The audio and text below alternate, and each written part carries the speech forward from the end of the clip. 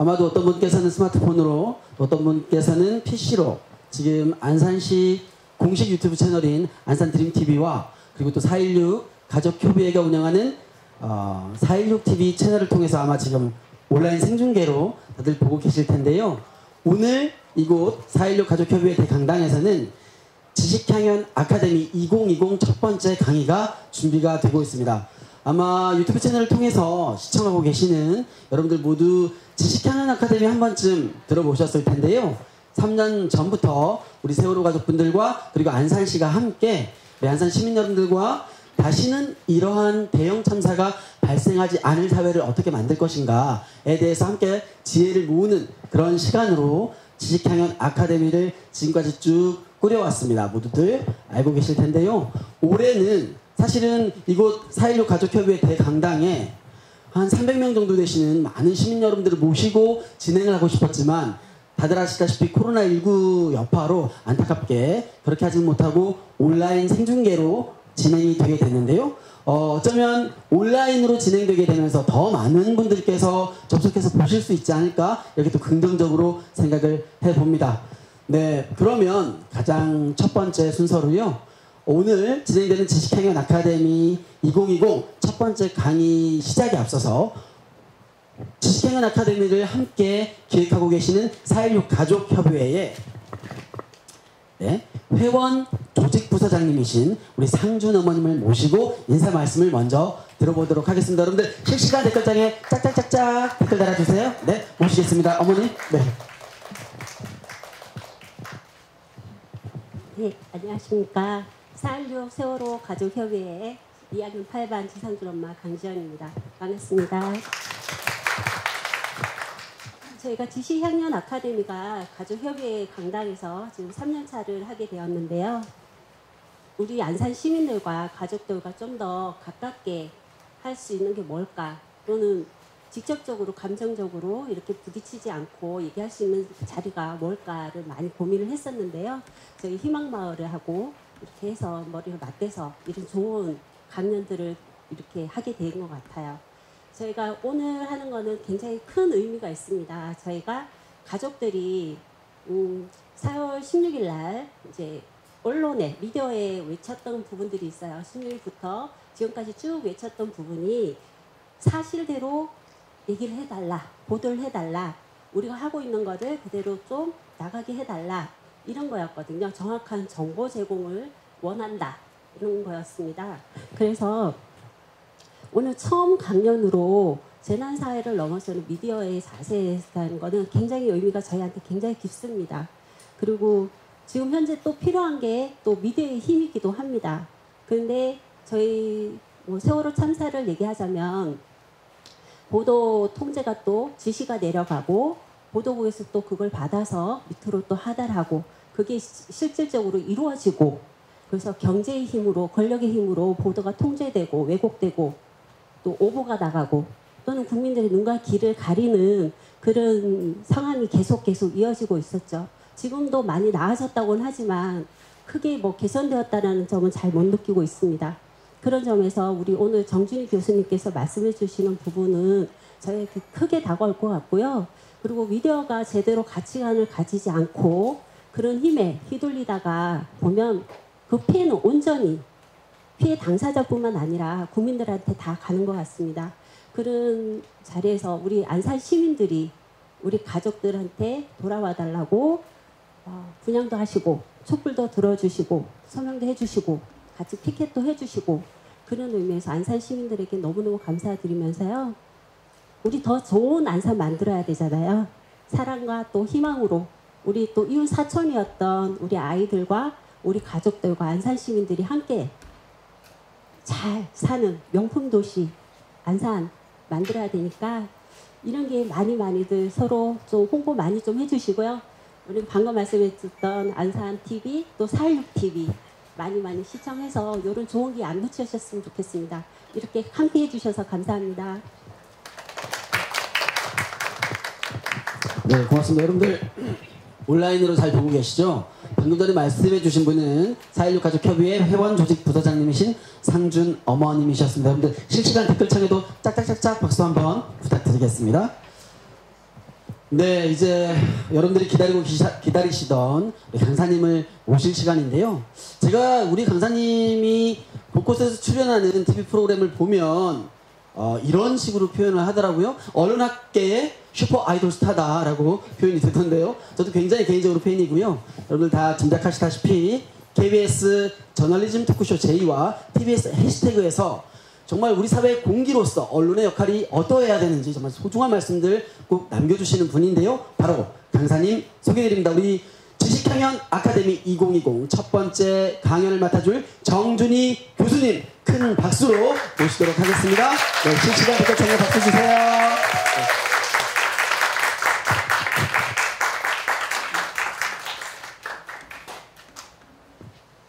예, 반갑습니다. 다시 인사드리겠습니다. 정준입니다.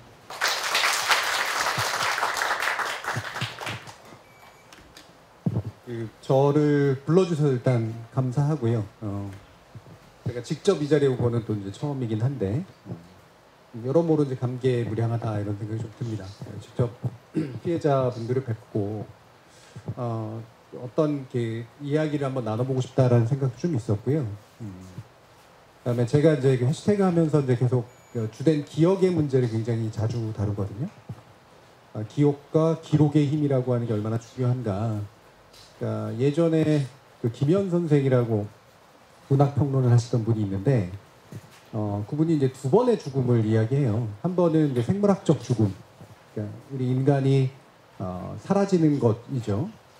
근데 이제 두 번째 죽음이라고 하는 건 이제 누군가의 기억으로부터 이제 없어지는 것, 그러니까 기록되지 않거나 그 다음에 기억에서부터 사라지는 것이 이제 완전한 죽음이 된다라는 이제 그런 이야기를 하는데. 어떤 거는 그냥 잊혀지는 게 낫고 어떤 거는 그냥 묻어버리는 것이 낫지만 어떤 거는 지속적으로 살아있어야 되고 완전히 죽어 없어지지 않아야 되는 것들이 있는 것 같습니다.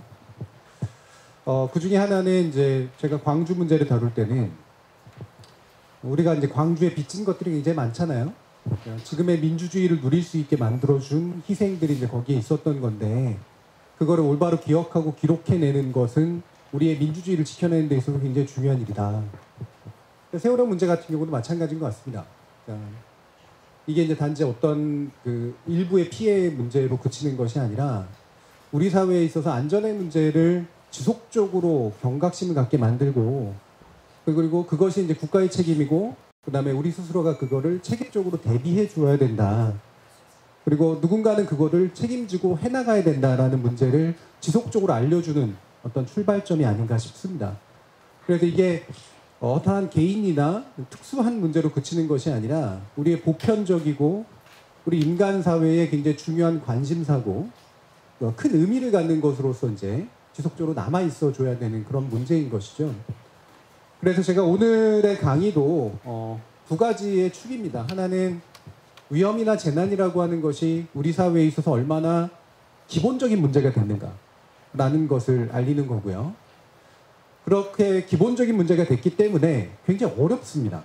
무슨 말이냐면 우리는 완벽하게 안전한 사회에서 살 수가 없거든요. 완벽한 안전이라고 하는 건 사실 불가능에 가까운 그런 개념이기 때문에 그래서 이 완벽한 안전이 불가능한 시대에 어떻게 지속적으로 안전의 문제를 우리가 다룰 수 있는 것, 우리가 감당해낼 수 있는 것으로 만들어낼 것인가가 제일 중요한 이슈가 되는 거고 거기서 또 한 가지 축이 이제 바로 미디어라든가 기억이라든가 기록이라든가 이런 식의 문제들입니다. 지속적으로 이 문제를 경각심을 갖도록 만들어주고 경각심을 갖되 과도한 공포라든가 이런 것들은 이제 피로감을 준단 말이에요.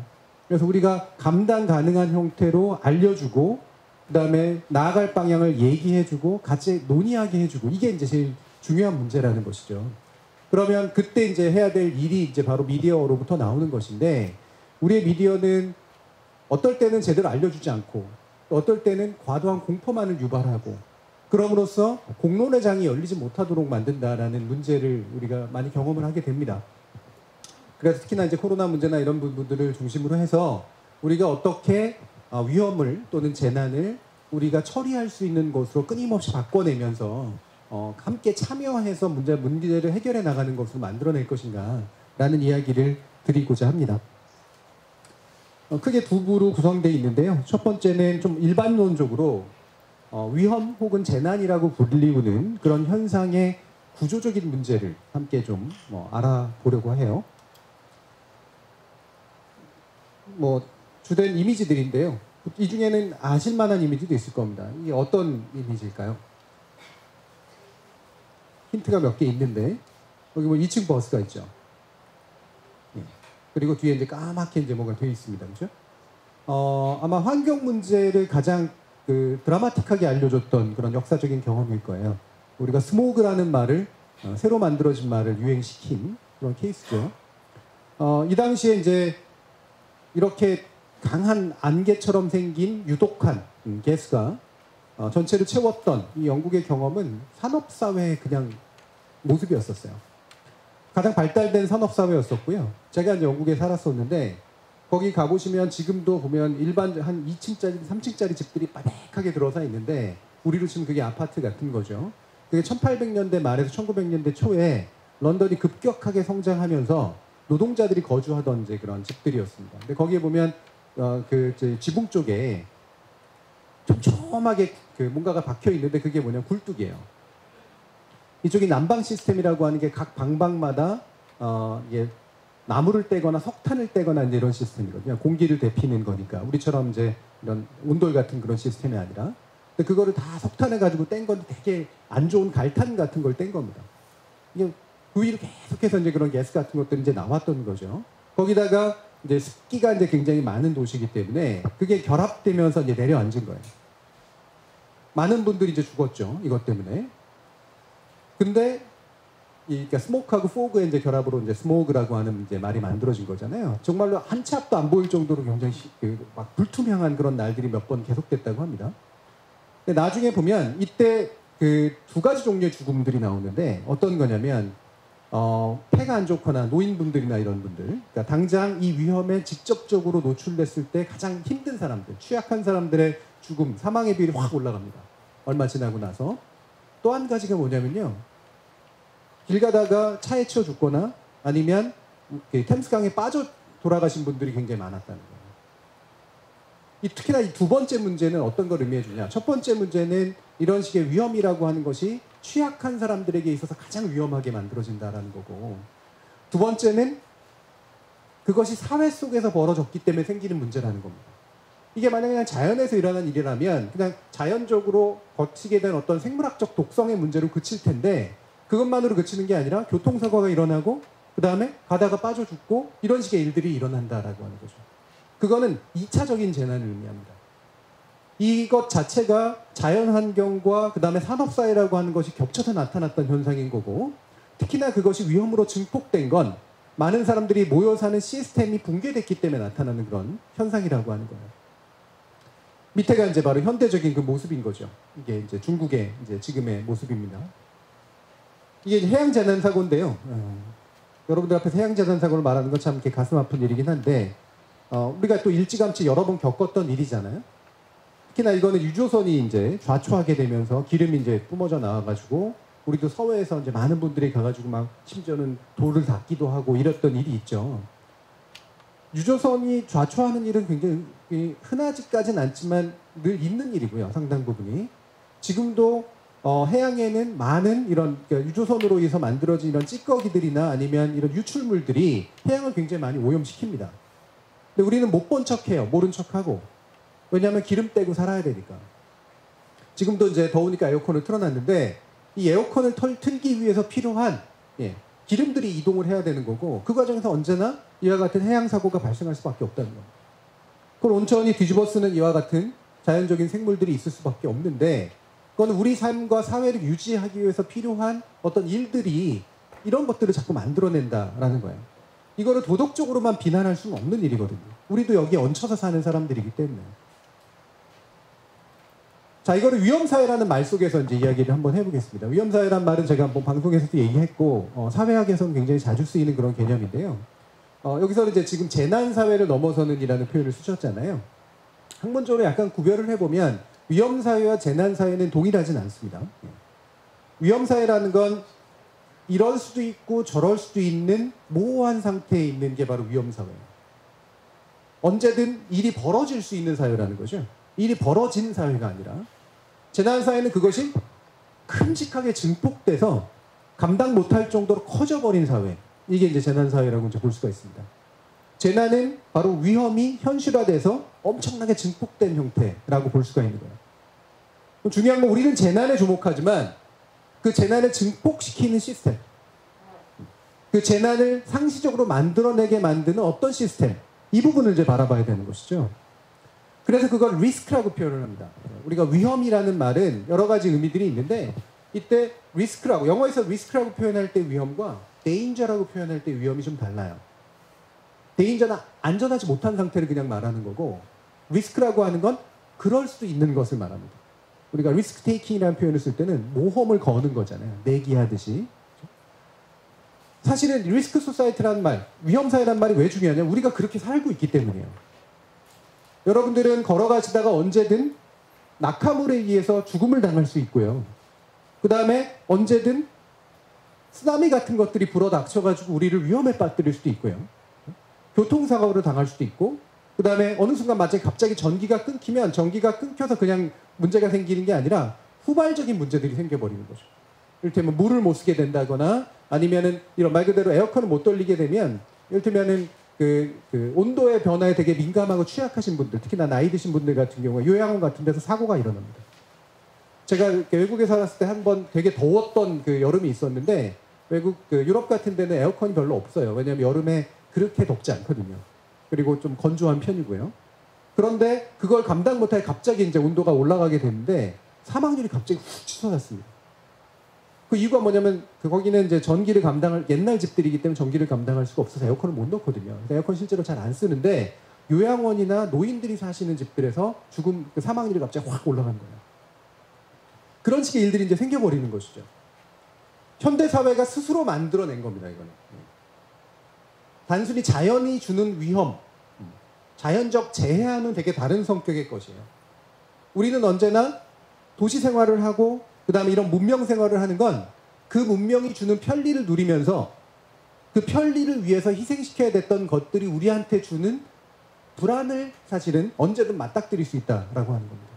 예를 들면 자동차가 없었다면, 자동차가 안 만들어졌다면 도로에서 그렇게 수많은 사람들이 죽진 않았을 거란 말이에요. 그렇다고 우리는 자동차가 없어져야 된다라고 얘기를 하진 못하잖아요. 자, 이 불안을 다루는데 예측하게 돼요. 그래서 얼마만큼 위험할까를 따지게 된다는 겁니다. 자, 그러면서 결정을 내립니다. 위험하긴 한데 걸어보자. 위험도가 낮으니까 괜찮을 거야. 위험도가 너무 높은데 어떡하지? 이런 식의 이제 예측과 결정을 하게 된다는 거예요. 사실 배를 띄워보내는 거 이런 것들도 마찬가지잖아요. 예. 그러니까 여기에는 뭐가 작동하느냐? 바로 이익과 손해라고 하는 논리가 작동을 합니다. 자, 이거를 띄웠을 때 또는 보냈을 때 또는 결정을 했을 때, 하기로 결정을 했을 때 만약에 위험 비율이 30%야 그러면 계산을 하는 거죠. 마치 우리 로또 계산을 하듯이 계산을 하는 겁니다. 자, 다행히 30%가 현실이 안 됐어. 우리한테는 이익이 생기는 거예요. 프로핏. 또 한 가지, 만약에 이거를 위험이 크다고 해서 안 보내게 되면, 이를테면 건설 현장이나 이런 데서 흔히 있잖아요. 예, 크레인 같은 거 세우는데 이 크레인이 노후화했어요.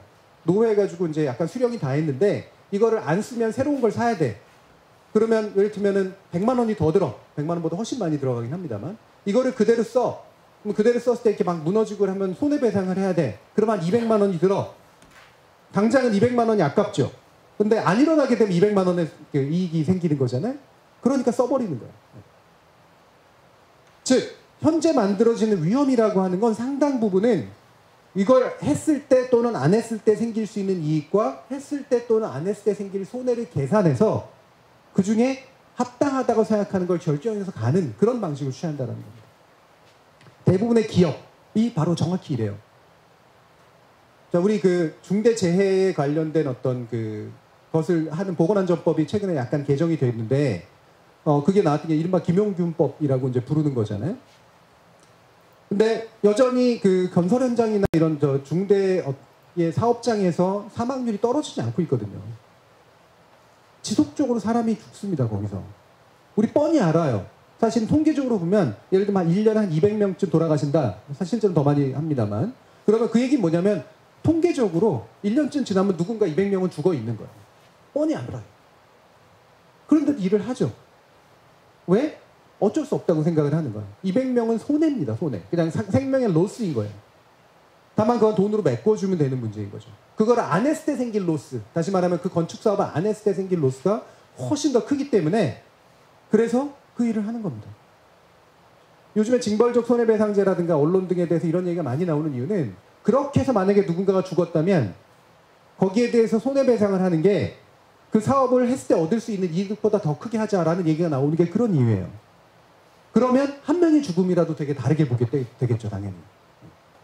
죽음이 사람의 목숨이 아니라 그걸 통해서 얻어진 이득과 손해의 문제로 바뀌어 있다는 겁니다. 우리는 그런 삶을 살고 있고 그런 사회를 살고 있어요. 이 과정에서 이제 재난이 나오는 거죠. 재난이. 차치 예측을 못했거나 잘못 계산됐거나 이런 것들로 인해서 갑자기 감당 못할 재난이 펑 하고 터져버립니다. 그때 이제 사회가 우왕좌왕하는 거예요. 왜? 우리는 한 10% 정도의 로스를 예상했는데 이게 몇백 퍼센트, 몇천 퍼센트의 재난을 만들어내면 그때는 당황하는 거죠. 누가 책임을 져야 되지? 누가 계산을 잘못했지? 누가 의사결정한 거야? 그러면 그거를 이른바 똥물을 뒤집어 쓴다는 표현을 쓰죠. 제가 시쳇말을 써서 죄송합니다만 자기의 잘못이 아니더라도 뒤집어 써야 되는 상황이 생겨요. 이를테면 정치에 계시는 분들이나 관료들이나 이런 사람들이 제일 힘들어하는 게 바로 그런 겁니다. 자기는 평상시처럼 의사결정을 했는데 어느 순간 갑자기 뻥 하고 터져버린 재난이 다 자신의 잘못인 것처럼 되니까 어떻게든 회피하려고 하는 거예요. 속으로 억울한 마음도 있겠죠.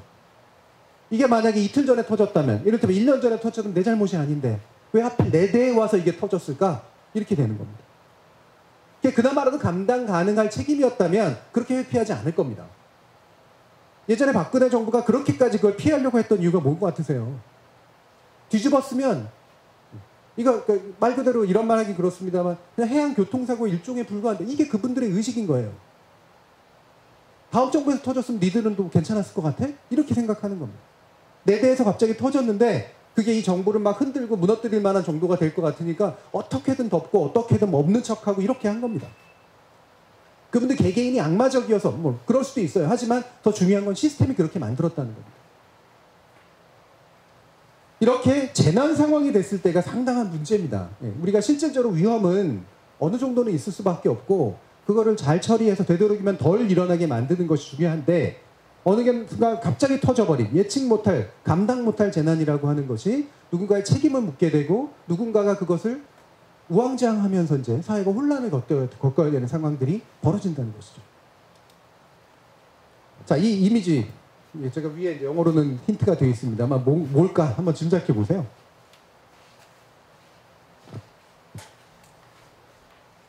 전 세계에서 뭔가가 지금 계속해서 벌어지고 있는 거죠. 이 포인트가 이제 색깔 빨간색으로 갈수록 강한 거고, 그다음에 요 원의 크기는 이제 그 영향이 미치는 범위를 말합니다. 색깔이 이제 약간 밝은 것, 노란 쪽으로 가서 약간 약한 정도고요. 이게 뭐냐면 지진이에요, 지진. 지난 한 달간 제가 그제가의 이미지를 바로 이제 최신 걸 가져오느라고 했습니다. 지난 한 달간 전 세계에서 지진이 발생한 모습을 보여주는 겁니다. 그리고 그 지진의 여파가 어디까지 퍼쳤는가예요. 자세히 보시면 이렇게 태평양을 둘러싸고 이렇게 동그랗게 돼 있죠. 이게 이른바 링 오브 파이어라고 부르는 건데요. 불의 그 원이라고 이제 부르는 거. 왜 그러냐면 태평양을 중심으로 해서 여기가 지각대가 제일 불안정한 지각대거든요. 그래서 늘 지진이 일어납니다. 이를테면 여기 칠레부터 해서 캘리포니아까지 이르는 이쪽이 계속해서 이제 땅이 밀리는 쪽이에요. 저 대륙 쪽으로. 이쪽도 바다에서 대륙 쪽으로 땅이 밀리는 쪽입니다. 그래서 땅이 긁히면서 지각 변동이 일어나면서 지진이 계속해서 발생하는 거예요. 여러분들 지진이라고 하는 게요. 생각보다 자주 일어나고 늘상 일어납니다. 왜? 지구가 그렇게 생겨 먹었어요.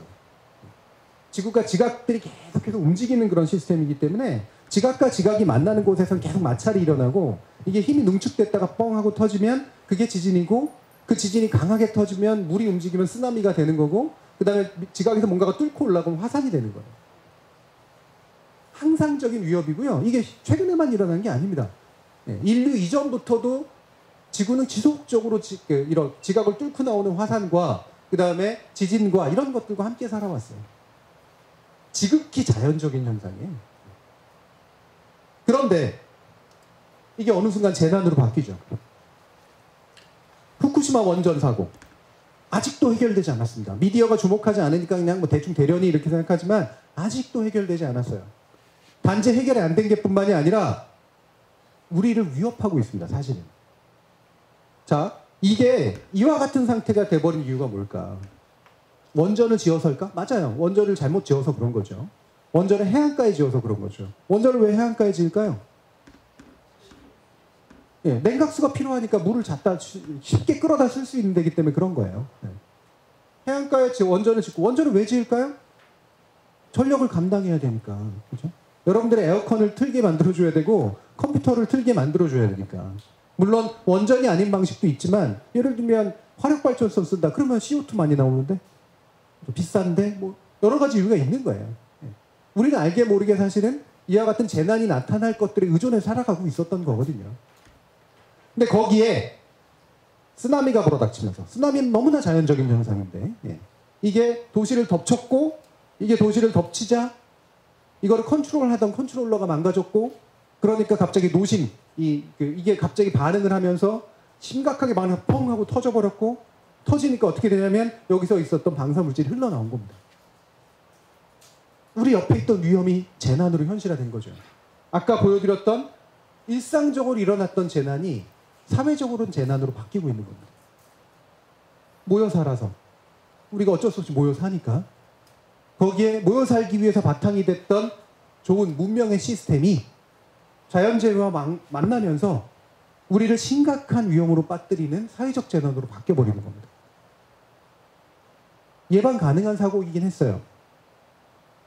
여러 가지 진실들을 살펴보면 이때 이걸 설계할 때 이렇게 설계하지 말았어야 됐고 그 다음에 여기다가 차단막이나 이런 것들을 하기로 했었는데 안 했고 여러 가지 이유들이 물론 작동을 했습니다. 나중에 뒤져보니까 나와요. 어느 정도는 예방 가능했다. 근데 터지고 나야 알죠. 뭐. 그 전까지는 어땠을까요? 로스와 프로핏을 색 따졌겠죠. 이걸 세울 때 드는 비용과 안 세우고 사고가 안 났을 때 생길 수 있는 이익 이런 것들을 끊임없이 따지지 않았겠습니까? 도쿄 전력이 그걸 따졌겠죠. 실제로 거기에 관료들이 또 연관이 있었겠죠. 자, 이분이 이제 돌아가신 분입니다. 울리 백이라고 하는 독일의 사회학자고요. 위험사회라는 개념을 책으로 써가지고 만들어낸 사람입니다. 이 사람이 이렇게 얘기했어요. 새롭게 등장한 위험은 더 이상 특정 지역이나 집단에 한정되지 않는다. 이 위험은 초국가적이고 계급적이지 않다. 이 얘기는 뭐냐면 사회가 만들어내는 위험과 자연의 재해가 만나면 그것은 모든 이들에게 영향을 미친다는 겁니다. 새롭게 등장한 위험이라고 표현한 건 바로 현대 문명이 만들어낸 위험이라는 거예요. 그 이전 사회, 현대 문명이 없었던 시절의 위험이라고 하는 건 대부분이 자연재해였기 때문에 자연재해라고 하는 건 자연재해에 좀 더 피해 살 수 있는 사람과 그렇지 않은 사람의 차이를 만들어냈었어요. 이를테면은 옛날에 잘 사는 사람들이 높은 집에 살았던 거.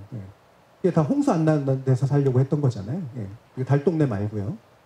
성북동 같은 서울대 이런 데들 좋은 데 사는 사람들은 거기에 올라다닐 차가 있었고 그 다음에 홍수가 나도 안전했기 때문에 거기다가 또 상수도까지 깔아줬으니까 서울시가 그렇게 해서 거기에 살았던 거란 말이야. 전 세계 가보시면 높은 동네에 대부분 잘 사는 사람이 삽니다. 굽어다 보는 그런 재미도 있고 그 다음에 뭔가 우월한 느낌이 들잖아요. 그 다음에 여러 가지 위험으로부터 자유로워요. 하지만 거기에 살려면 누군가 거기에 먹을 걸 갖다 줘야 돼. 밑에 사람들이 해주면 돼. 예전에는 그랬어요. 그래서 자연재해라고 하는 것이 불평등하게 작동을 했는데 현대사회에서는 이 자연재해가 현대적인 시스템하고 결합이 되면서 모두가 감당해야 될 재난으로 바뀌어버리고 있다는 거예요. 이게 바로 그 문제죠. 뭐 같으세요? 여기도 자세히 보시면 미국, 남미, 호주, 여기 남태평양, 일본 있죠? 어디선가 퍼지고 있지 않습니까? 예, 세슘이에요, 세슘. 후쿠시마 원전에서 방출되고 있는 오염수가 태평양을 이렇게 오염시키고 있는 겁니다. 정확히 말하면 이렇게 돌고 있어요. 이렇게 해양을 따라서. 지금 보시면 여기는 그나마 낫죠. 예. 동해산에서 잡은 건 그나마 나을 겁니다. 아마. 다행인지 불행인지 모르겠어요. 예. 이게 예를 들면은 상하이에서 터졌다. 우리는 난리가 났을 겁니다. 그죠? 예. 편서풍에 의해서 우리는 훨씬 더 심각한 위험에 빠졌을 테고 여기는 아마 쓸모없는 물이 돼버렸을 거예요. 그나마도 엄청난 양을 가지고 있는 태평양에 지금 퍼지고 있어서 아직은 감당 가능할지는 몰라도 이게 돌고 돌고 돌아서 결국은 모두를 오염시키거든요. 캘리포니아에 사는 잘 사는 사람들이 이 위험을 회피할 수가 없게 된다는 겁니다. 자, 이런 걸 이제 기술 재앙이라고 불러요. 재난사회라고 말하는 것은 좀 정확하게 말하면 우리가 기술을 통해서 우리를 편하게 살게 만들기 위해서 했던 여러 가지 일들이 자연과 결합되면서 나타나는 감당 못할 재앙 같은 것들이 만들어진다는 겁니다. 대응을 해요. 그래서 예를 들면 스모그 사건 나고 해양기름 유출 사건이 나니까 환경을 보호하는 법안 만들어서 이를테면 이제 더 이상은 그 난로 그런 식으로 못 되게 만들고 뭐 갈탄 못 되게 만들고 뭐 도시가스 공급하고 이런 식으로 하겠죠. 대표적인 원자로 재앙이라고 부르는 3마일 섬, 이제 그 미국에 있는 실제로 3마일짜리 섬인데 거기에 원전 사고가 일어났었습니다. 핵 에너지를 더 이상 이제 원자로를 좀 덜 짓자라든가 이런 식으로 갑니다. 챌린저 참사 기억하실 거예요? 막 올라가다가 펑 하고 터져가지고 그때 아예 그냥 나사의 예산 지원을 끊어버렸습니다. 안 하자. 그러니까. 최근에 민간 기업들이 하고 있죠. 근데 사실은 이것이 보여주는 것들은 뭐냐면 과학기술자 또는 관료, 이 과학기술을 만들어내고 그거를 정책적으로 통제하는 사람들이 이거를 관리할 수 있는가 실제로? 이런 질문을 던지고 있는 겁니다. 관리할 수 있나? 통제할 수 있나? 네. 사실 우리는 누군가가 그 일을 대신해주고 있을 거라고 생각을 하거든요. 그렇죠? 이를테면 우리가 교통신호를 지키는 이유는 그 교통신호 체계가 우리를 안전하게 만들어줄 거라고 생각하기 때문에 지켜요. 근데 그게 불안하다고 느끼면 아무도 안 지키겠죠. 그렇죠? 그러면 더 힘들어지겠죠. 제가 가끔 예전에 이제 뭐 동남아시아라든가 이런 데 가보면 거기는 교통신호 체계가 완전 엉망이거든요. 근데 재밌게도요, 우리보다 사고가 덜 나는 나라도 있어요. 교통사고 체계가 엉망인데. 차하고 인간이 공존해요. 예. 막 사람은 맘대로 걸어다니고 차는 그 맘대로 걸어다니는 사람 사이를 막 빠져나가고 막 이런 식으로 다닙니다. 교통신호 시스템이라고 하는 게 우리한테 많은 안전을 주는 건 사실이지만 그게 반드시 안전을 보장해주지 못하는 경우들이 있다는 거예요. 이를테면 우리가 소프트웨어에 컴퓨터 시스템에 의존해가지고 살아가고 있는데 예전에 그거 기억하실 겁니다. 밀레니엄 버그 뭐 이런 거. 예, 그때 1999년 말에서 2000년에서 넘어갈 때 난리 난다 그래가지고 뭐 한참 돈 빼놓고 이랬던 분들 계실 거예요. 예, 저도 그때 돈 좀 빼놨었는데 그때는 대학원생이었긴 했습니다만 뭐 비행기 타면 다가 떨어진다는 등 여러 가지 얘기가 있었죠. 근데 한번 그게 정말 위험한 거였을까 아니었을까 한번 고민이 돼요. 예, 실제로 그때 돈 번 사람도 많거든요. 시스템 바꿔주는 걸로 돈 번 사람도 많고 그래요. 실제로 위험했을 수도 있고 아니었을 수도 있죠. 근데 밀레니엄 버그가 현실화는 안 됐거든요. 전 세계가 샷다운이 되진 않았습니다.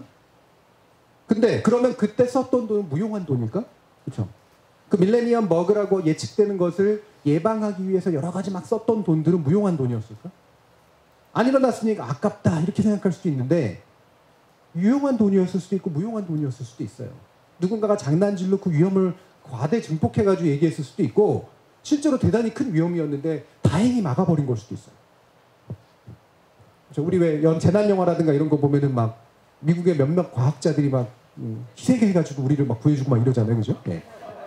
실제로 막 누군가가 우리를 막 지켜주고 있는지는 모릅니다. 막 어벤져스가 저기 막 나돌아다니면서 다 막아주고 있는지도 몰라요. 그 비용을 누군가는 감당하고 있겠죠, 그렇죠?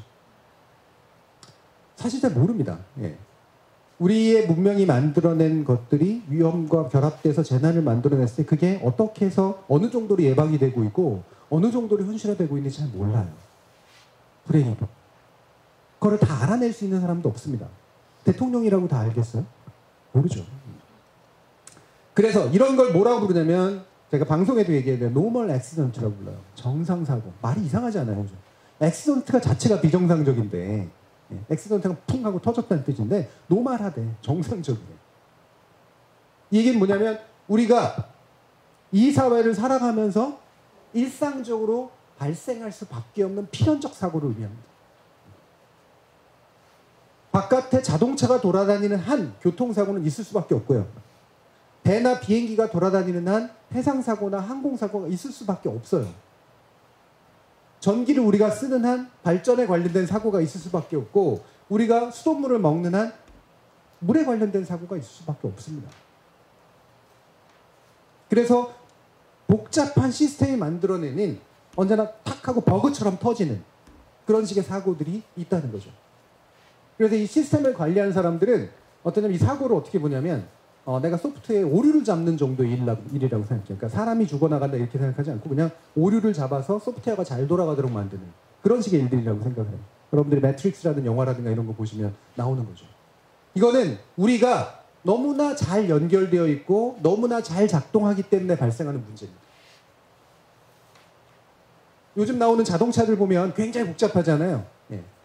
그래서 예전에는 그냥 물리적으로 키 꽂으면 돈에서 돌리면 갔는데 요즘 뭐 이렇게 눌렀는데 배터리가 없으면 안 가고 막 미치겠고 막 이러잖아요. 예. 내비게이션 안 돌아가면 이제는 길도 못 따라다니죠. 내비게이션 통신 끊기면 어느 순간 문제가 생기겠죠. 그렇죠? 예. 굉장히 스무드하게 잘 돌아가는 이 복잡한 시스템이 삐걱댔을 때 나타나는 그런 사고다 이겁니다. 이거는 역설적으로 그 시스템이 너무나 정교하고 복잡하게 만들어져 있기 때문에 나오는 사고입니다. 자, 그런데 문제는 이 사고의 종류가 두 가지가 있어요. 하나는 후졌기 때문에 나오는 사고. 또 하나는 정교했기 때문에 나오는 사고. 세월호 사고 같은 건 사실 불행히도 후졌기 때문에 나오는 사고입니다. 이 사회가 그 사회 격에 맞는 어떤 안전 시스템을 갖추지 못했기 때문에 나온 사고예요. 이건 규제만 잘 돼 있었고 정비만 잘 돼 있었다면 나올 수 없었던 사고입니다. 후져서 나오는 사고예요. 또 한 가지, 우리 사회도 되게 복잡한 사회, 복잡하기 때문에 나오는 사고들이 있어요. 시스템 버그라든가 이런 것들이죠. 그렇죠? 얼마 전에 있었던 토스에서 자동 결제가 잘못됐다는 거 이런 거죠. 이런 건 복잡하기 때문에 나오는 사고입니다. 한국 사회는 지금도 후지기 때문에 나오는 사고와 우리가 굉장히 발전했기 때문에 나오는 사고가 결합돼 있어요. 이 두 가지 사고를 감당해내야 됩니다. 자, 근데 미국 사회 같은 데는 자기네들이 굉장히 안 후졌다라고 생각을 하니까 이 사람이 이제 유럽 사람이니까요. 독일 사람이거든요. 그래서 하버드에 가가지고 미국 사람한테 이제 위험사에 대해서 막 설명을 했더니 미국인들이 솔직히 당신이 말하는 그런 식의 엄청난 위험이라는 게 존재하는지 잘 모르겠다. 이거 유럽 사람들이 가지고 있는 히스테리 아니냐. 유럽 애들은 원래 좀 삐딱하니까 미국 사람들이 보기엔 그러고 미국은 되게 풍요롭고 안전한 사회고 유럽 애들은 원래 따닥따닥 모여서 하니까 애들이 좀 이렇게 쪼잔하다 이렇게 생각을 해요.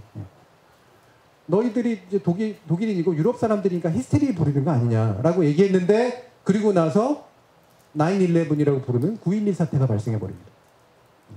세계에서 가장 높은 빌딩 중에 하나였던 무역센터 빌딩에 꽝 하고 부딪혀서 무너지는 사고가 일어나죠. 그러면서 이제 갑자기 미국인들한테 있어서는 테러가 가장 위험한 위험이 됐다라는 거죠. 인식해버렸다는 겁니다. 살짝 냉소적으로 한 얘기죠. 당신네들의 사회는 굉장히 안전하고 이를테면은 이런 얘네는 국토안전부라 해서 홈랜드 시큐리티라고 하는 데가 있는데 여기가 막 방어도 하고 뭐도 하고 안전도 챙기고 막 이러는데 미국은 굉장히 거대한 시스템이 복잡하고 잘 돌아가면서 우리는 시스템이 모두가 다 받쳐주고 있어 이렇게 생각했는데 결국은 그걸 미워한 누군가에 의해서 한 방에 빡 하고 무너져 버릴 수가 있다라는 겁니다. 누구보다도 히스테리를 부렸죠. 그래서 미국 사람들이 가가지고 막 이라크 때려잡고 막 아프가니스탄 때려잡고 난리를 쳤지 않습니까? 이 위험이라고 하는 거는 현존하긴 하지만 과도한 공포하고도 연결이 되어 있는 건 사실입니다. 하지만 그 공포는 또 실제로 현실화될 수도 있다라는 거예요. 그래서 더 불안해요. 완전히 불안해서 불안한 게 아니라 어느 만큼 안전하고 어느 정도만큼 불안전한지를 잘 모르겠기 때문에 생기는 공포가 있다는 거예요. 따라서 사실은 우리를 완벽하게 안전하게 만들어주는 것도 중요하지만 이 시큐어라고 하는 말에서 시큐리티라는 게 뭐냐면 우리를 안심시키는 게 굉장히 중요해요. 우리로 하여금 과도한 불안과 공포에 시달리지 않으면서 적절히 위험에 대처할 수 있도록 만들어주는 방식이라는 것이 굉장히 중요하다는 겁니다. 이거를 기술로 해결할 수밖에 없는 문제가 있긴 있어요. 이를테면 이 기술이라는 게 단지 이런 기술만을 의미하는 게 아니라 정책 같은 거, 규제 같은 거 이런 게 다 기술입니다. 자, 만약에 건설 현장에서 문제가 생기면 안전진단에 관련된 법을 만들어내는 것도 기술이에요. 그래야지 대응을 할 수가 있기 때문에. 법, 그다음에 규제, 정책, 제도 이런 것들이 다 기술에 해당합니다. 근데 이게 이제 바로 사회공학적 접근법이고 공학적인 접근법인데 아까도 제가 얘기했잖아요. 시스템 버그를 잡듯이 이제 이렇게 문제를 다루니까 어떠냐면 사람에 대해서 약간은 좀 몰인간적으로 대하는 경향이 있어요. 피해자들도 어떻게 되냐면 이제 보상에게로 관점으로서 대하는 거죠.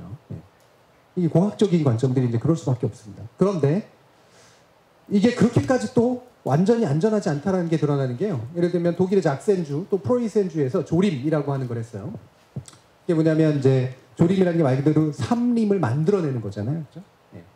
사실 예전에는 그냥 숲이라는 건 그냥 존재하는 거였는데 지금 여러분들이 경험하시는 보는 숲은 다 조림된 겁니다. 누군가가 심었고 누군가가 관리하고 있는 거예요. 주인이 있고 관리자가 다 있습니다. 숲은 그냥 만들어지지 않아요. 아름답게. 이때 국가가 이제 뭔가 이렇게 그 목재 같은 게 되게 많이 필요하다 그래서 과학적 조림이라고 하는 걸 처음으로 시도를 합니다. 그러면서 노르웨이산 누룬나무를 다 이제 단일 수정으로 쫙 다 심어버려요. 노르웨이산 누룬나무 되게 멋있거든요. 쫙 쭉쭉 크고 그다음에 잘 뻗어 있기 때문에 목재로도 쓰기도 되게 좋고 이렇습니다. 자, 이거를 하고선 나중에 벌채해가지고 막대한 수입을 걸릴 수 있다 그랬는데 어떤 일이 벌어졌느냐? 다른 동식물군이나 수종이 사라지고요. 병충해에 대단히 취약해졌고 토양이 상당히 단순화되면서 토양이 이제 일단 산성이나 알칼리성으로 단순화돼 버립니다. 수종 자체가 커버리지 못하고 이제 죽어버리는 이런 식의 현상들이 나타나죠. 우리가 왜 아카시아 나무를 보면서 요즘 느끼는 거. 네. 그 다음에 제주도 같은 데 보면은 이 삼나무들 있잖아요. 되게 멋있게 뻗어 있는 삼나무. 이 삼나무가 의외로 꽃가루 엄청나게 만들어내기 때문에 생기는 문제들이 있거든요. 이런 게 바로 뭐냐면 우리가 잘 계산해가지고 뭔가 자연을 잘 관리할 수 있다고 생각했던 것들이 거꾸로 역습을 해버리는 경우들을 굉장히 많이 만난다는 겁니다. 좀 이따 제가 코로나19도 얘기하겠지만 코로나19 핵심은 인간하고 자연이 이상하게 뒤섞였기 때문에 나오는 현상이에요. 과도하게 밀집된 곳에서 동물들을 키우면서 나오게 된 그런 현상입니다. 결국은 다양성과 복잡성이라고 하는 자연 그대로가 가지고 있었던 것들이 인간이 개입하면서 단순화되면서 거기서 문제가 발생하는 것들이 생긴다는 거예요. 즉 계산한 것도 잘 계산이 안 되는 현상들이 나타난다. 그래서 실제로 위험은 점점 증가하고 있는 게 맞습니다. 상당 부분은. 자, 여기에 있는 표들을 보면 어떤 건 올라가고 있고 어떤 건 내려가고 있잖아요. 한번 이제 맞춰보세요. 자, 여기 올라가고 있는 것들은 뭘까? 그 다음에 내려가고 있는 것들은 뭘까? 힌트를 드리면 올라가고 있는 건 올라가서 안 좋은 거고요. 내려가고 있는 것들은 내려가서 안 좋은 것들입니다. 자, 요거는 오존을 막아주는 어떤 물질, 오존을 막아주는 어떤 시스템이 감소하고 있다는 거예요. 네. 오존이 몸에 안 좋잖아요. 네. 이게 이제 자외선을 막아주는 것도 있지만 오존 때문에 생기는 문제들이 있거든요. 그게 저 예전에 보면은 저 70년대, 80년대쯤이었는데 그때 저희 아버님께서 저희 아버지 신기술을 되게 좋아하셔가지고 오존 발생기를 가져오셨었어요.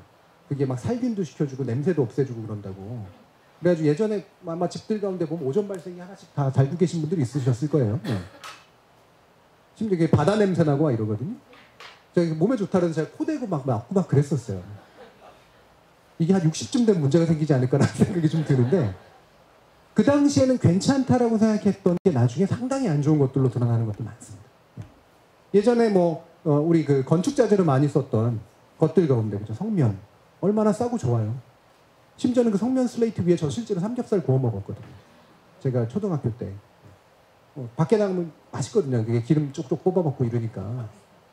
그게 또 저한테 언젠가 안 좋은 걸로 나오지 않을까. 네. 산업 발달 단계에서 굉장히 괜찮은 기술이라고 생각했던 것들이 나중에 그것 때문에 생기는 수많은 문제들. 지금 성면 것도 거의 덮어버리고 있는 문제예요. 성면을 다 철거하고 다 없애고 이래야 되는데 철거하고 없앨 때 생기는 또 부산물들이 엄청나게 몸에 안 좋기 때문에 사실은 이렇게 눈 감고 있는 겁니다. 상당 부분. 엄청난 돈이 들어가요. 그걸 철거하는데.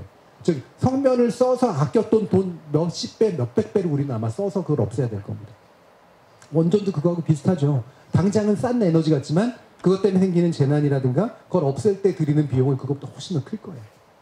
이게 다 이제 후손들한테 물려주고 있는 것들이죠. 오존입니다. 이거는 사막과 같은 생물이 살 수 없는 지역이 증가하고 있어요. 사하라 사막이 늘어나고 있는 거예요. 쉽게 말하면. 이거는 이산화탄소가 늘고 있는 거고요. 기온이 늘고 있는 거고요. 인구가 늘고 있는 겁니다. 인구는 느는데 뭐는 주냐면 척추동물의 종은 줄어들고 있어요. 척추동물 중에 수가 유지되거나 늘고 있는 건 사람이 먹는 것뿐이 없습니다. 그 어장에 있는 물고기, 닭, 돼지, 소 이런 것들이요. 그 다음에 해양 자원이 감소하고 있고요. 그 다음에 우리가 쓸 수 있는 담수, 짠물 많고 이게 감소하고 있고, 그 다음에 산림의 헥타르가 감소하고 있습니다. 안 좋은 것들은 늘어나고 좋은 것들은 줄어들고 있는 상태예요. 객관적으로 드러나는 수치입니다. 지난 한 100년간에 걸쳐서 나타나고 있는 현상이에요. 자, 이게 그중에 대표적으로 우리가 기온 변화라고 얘기하는, 기후 변화라고 얘기하는 거죠. 여기 엔트로포시인이라고 되어 있는데 이게 뭐냐면 인간이 등장함으로써 생태 변화가 생긴 시대를 엔트로포시인이라고 표현합니다. 이를테면 무슨 기, 주라기 이런 식으로 얘기하는 건데 인간기예요, 말 그대로. 인간이 등장하면서 지구가 굴러가는 데가 방향이 바뀌어버렸어요.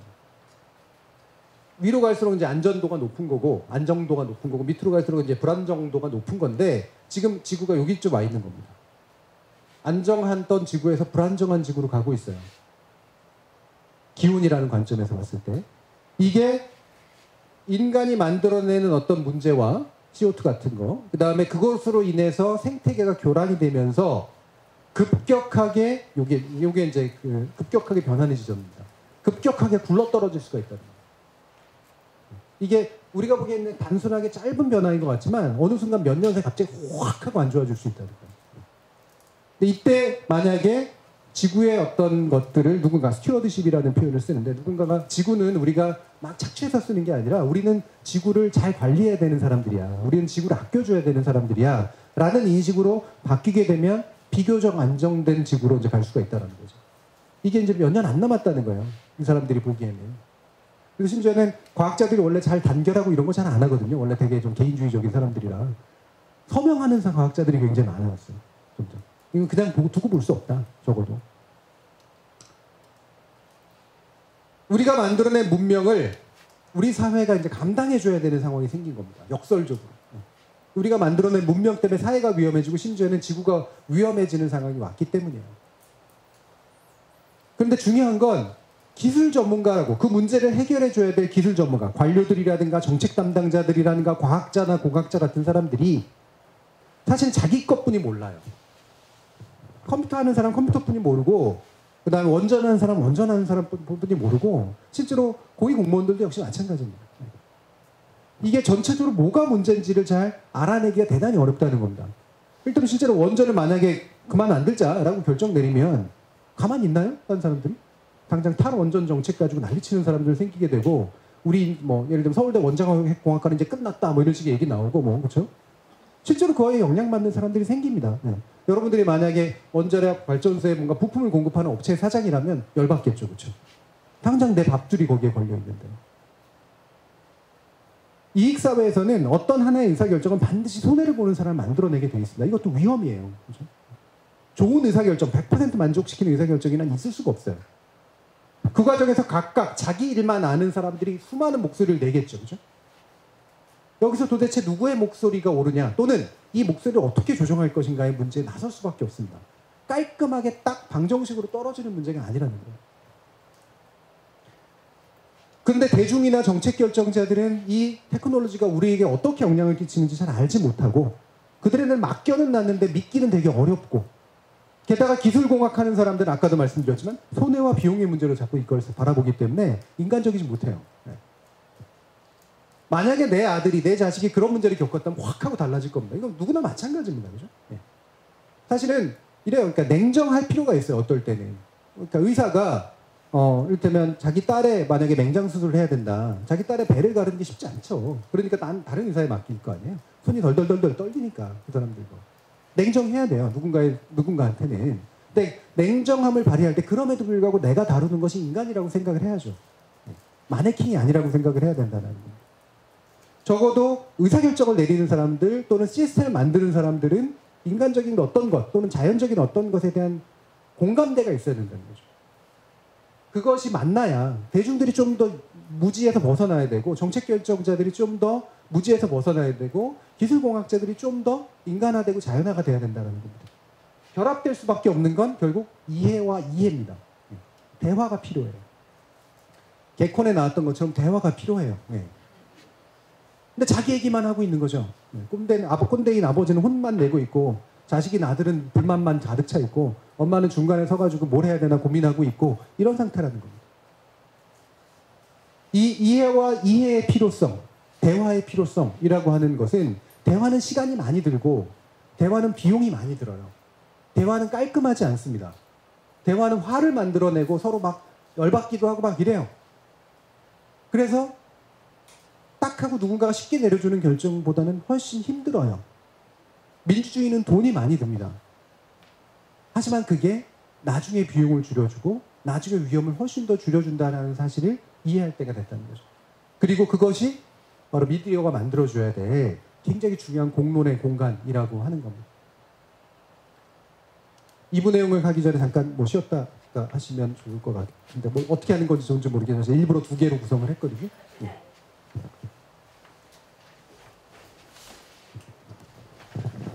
네. 1부 내용 너무너무 유익하고 즐거웠죠. 네네네. 잠시만 쉬는 시간을 갖고 2부로 넘어갈 텐데요. 여러분들, 네, 그 채널을 떠나지 마시고 채널을 열어둔 상태에서 어떻게 10분간 쉬시는지 실시간 댓글 남겨주시면서 딱 10분만 쉬도록 하겠습니다. 네, 드디어 네, 쉬는 시간이 마무리가 되었습니다. 온라인 생중 게임에도 불구하고 이렇게 정말 실시간으로 쉴 수 있게 해드리는 거 굉장히 인간적이지 않나 그런 생각을 해보면서 바로 2부 강의 교수님께 다시 한번 큰 박수 부탁드리겠습니다. 네.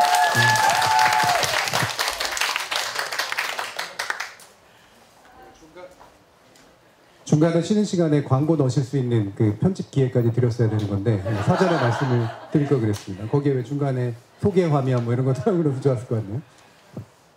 이분은 좀 더 이제 미디어하고 직접적으로 연관된 내용이고요.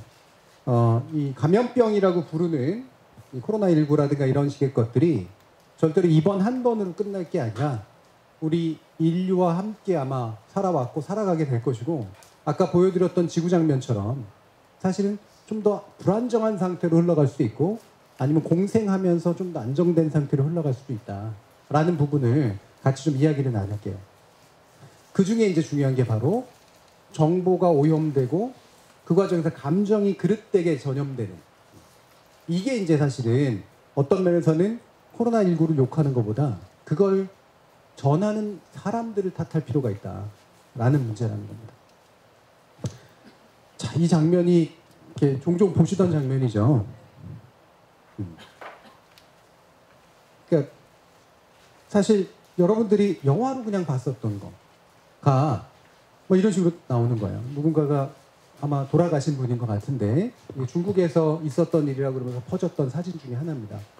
초기에 이제 왜 우한에서 있는 난리라고 그러면서 막 피 흘리면서 푹 쓰러지는 사람들의 어떤 영상이라든가 이런 것들을 유튜브로 또 보신 분들이 있을 거예요. 초현실적이죠. 초현실적이라는 말 종종 쓰잖아요. 예. 이게 정말이야? 라고 느끼게 만들어주는 그 초현실적인 게 실제 현실이 됐다는 거예요. 코로나19 국면에서 미디어는 폭발적으로 뉴스를 만들어내고 여러 가지 컨텐츠를 만들어냈습니다. 뉴스와 시사 컨텐츠가 엄청나게 늘어났죠. 그 과정에서 어떠냐? 주로 유발된 감정은 공포, 분노, 혐오 이런 것들이라는 겁니다. 불안도 굉장히 컸었어요. 코로나19가 되게 미지의 또 질병이기도 했었고 이게 어떤 식으로 만들어져 갈지에 대해서 잘 모르고 있던 상황에서 우리는 일단 대단히 불안해했고 그 다음에는 공포를 느꼈고 여러분들 그 시절 기억하시겠지만 약국으로 몰려가가지고 마스크를 사던 그렇죠? 다행히 이제 한국에서는 패닉 상태까지가 안 나왔고 그 다음에 뭐 사재기라든가 이런 것들도 훨씬 이제 초기에 살짝 나왔지만 없어졌지만 심각하게 상황이 갈 뻔도 했잖아요. 우리가 외국 상황들을 이렇게 보듯이 굉장히 심각한 상황으로 갈 뻔했습니다. 그때의 공포나 분노는 누군가를 찾아서 이제 욕해야 되는 상황들이 생겨요. 왜 이렇게 안 했어? 왜 못 막았어? 왜 이렇게 퍼뜨리고 다녀? 혐오하죠. 그 다음에 너희들이 문제야. 우리가 불안하게 되면 우리를 지키기 위해서 인간은 자연스럽게 공포를 느끼고 공포를 느끼면 상대를 공격하면 분노나 혐오를 내뿜습니다. 저리 가라 이거죠. 혐오라는 것 자체가 뭐냐면 나한테 가까이 오지 말라는 얘기예요. 제가 얼마 전에 최재천 교수님하고 이제 그 라디오 대담을 했었는데 혐오나 이런 것들이 얼마나 자연적인 감정이냐. 그게 원래 혐오는 거리두기를 만들어내기 위한 자연적이고 본능적인 감정이다. 우리는 감염병과 함께 살아왔기 때문에 사실 그와 같은 걸 진화적으로 가지고 있는 거예요. 이를테면 더러운 어떤 물질들이나 이런 걸 보면 우와 그건 이제 싫어하게 되는 거죠. 이를테면 막 똥오줌 같은 거, 그 다음에 뭐 이를테면 막 푸릿푸릿하게 뭔가 이렇게 여기서 파란색이라고 얘기하는 건데 이게 붉은색 음식을 보면은 뭔가 먹음직스러워 보이지만 거기에 파란 기운이 돌면 막 갑자기 싫잖아요, 그렇죠? 예. 누군가가 실험한 적이 있는데 김치를 보여줄 때 사람이 느끼는 감정하고 한국인이죠 물론 그거를 파란색으로 반전시켰더니 느끼는 감정이 현격한 차이가 나요. 똑같은데 대상인데도 우리의 본능에 각인이 돼 있는 겁니다. 위험한 것들을 멀리하고자 하는 그런 거예요. 외국인을 싫어하는 거 자연스러운 감정이에요, 사실은. 이게 자연스럽다는 게 올바르다는 게 아닙니다. 자연스럽게 나올 수밖에 없어요. 왜냐하면 모여 사는 사람들에게 있어서는 바깥 사람들이 들어오게 되면 그게 위험을 몰고 오기 때문이에요. 옛날부터도 그거에 대응하는 방법이 두 가지가 있었죠. 손님을 대응하는 방법. 손이라고 한 말이 우리 별로 안 좋잖아요. 우리나라 말에 손. 손을 탔다, 손이 있다 할 때 여러 가지 의미가 있습니다만 손이라고 하는 건 무서운 거예요. 그래서 우리는 님으로 대접해 준 거죠. 빨리 잘 먹여서 보내라고. 해끼치지 말고 보내기 위해서 빨리 잘 대접해서 보낸 겁니다. 예, 그런 문화권이 있고요. 오면은 그냥 쏴 죽이는 문화권도 있고 이제 그렇습니다. 예.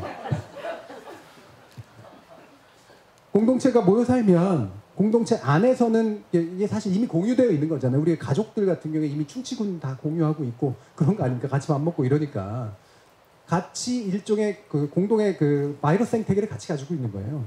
그러니까 같이 위험하고 그냥 같이 안 좋고 그런 겁니다. 근데 여기에 이것이 감당 못할 외부의 것이 갑자기 뽁 하고 들어오면 난리가 나거든요. 그러니까 바깥쪽인 건 무서운 거예요. 그래서 배척하거나 또는 잘 대접해서 보내거나 이렇게 하는 겁니다. 우리는 혐오 감정이나 공포 감정, 분노 감정을 내가 갖고 있다고 해서 너무 죄의식을 느낄 필요는 없어요. 자연스러운 거니까. 다만 문제는 그거를 과도하게 발산했을 때 나올 수 있는 문제인 거죠. 저 사람이 병균을 가지고 있지 않은 사람인데도 배척할 수 있고 또는 심지어 병균을 가지고 있다는 이유로 배척할 필요는 없는 건데 관리를 하면 되는 건데 우리는 문명을 가지고 있기 때문에 무조건 배척하는 자연적 과정으로 우리가 사는 게 아니라 잘 관리해서 함께 살도록 만들어주는 게 우리가 더 잘 살 수 있는 길이거든요. 일반 동물과는 다르죠. 그죠?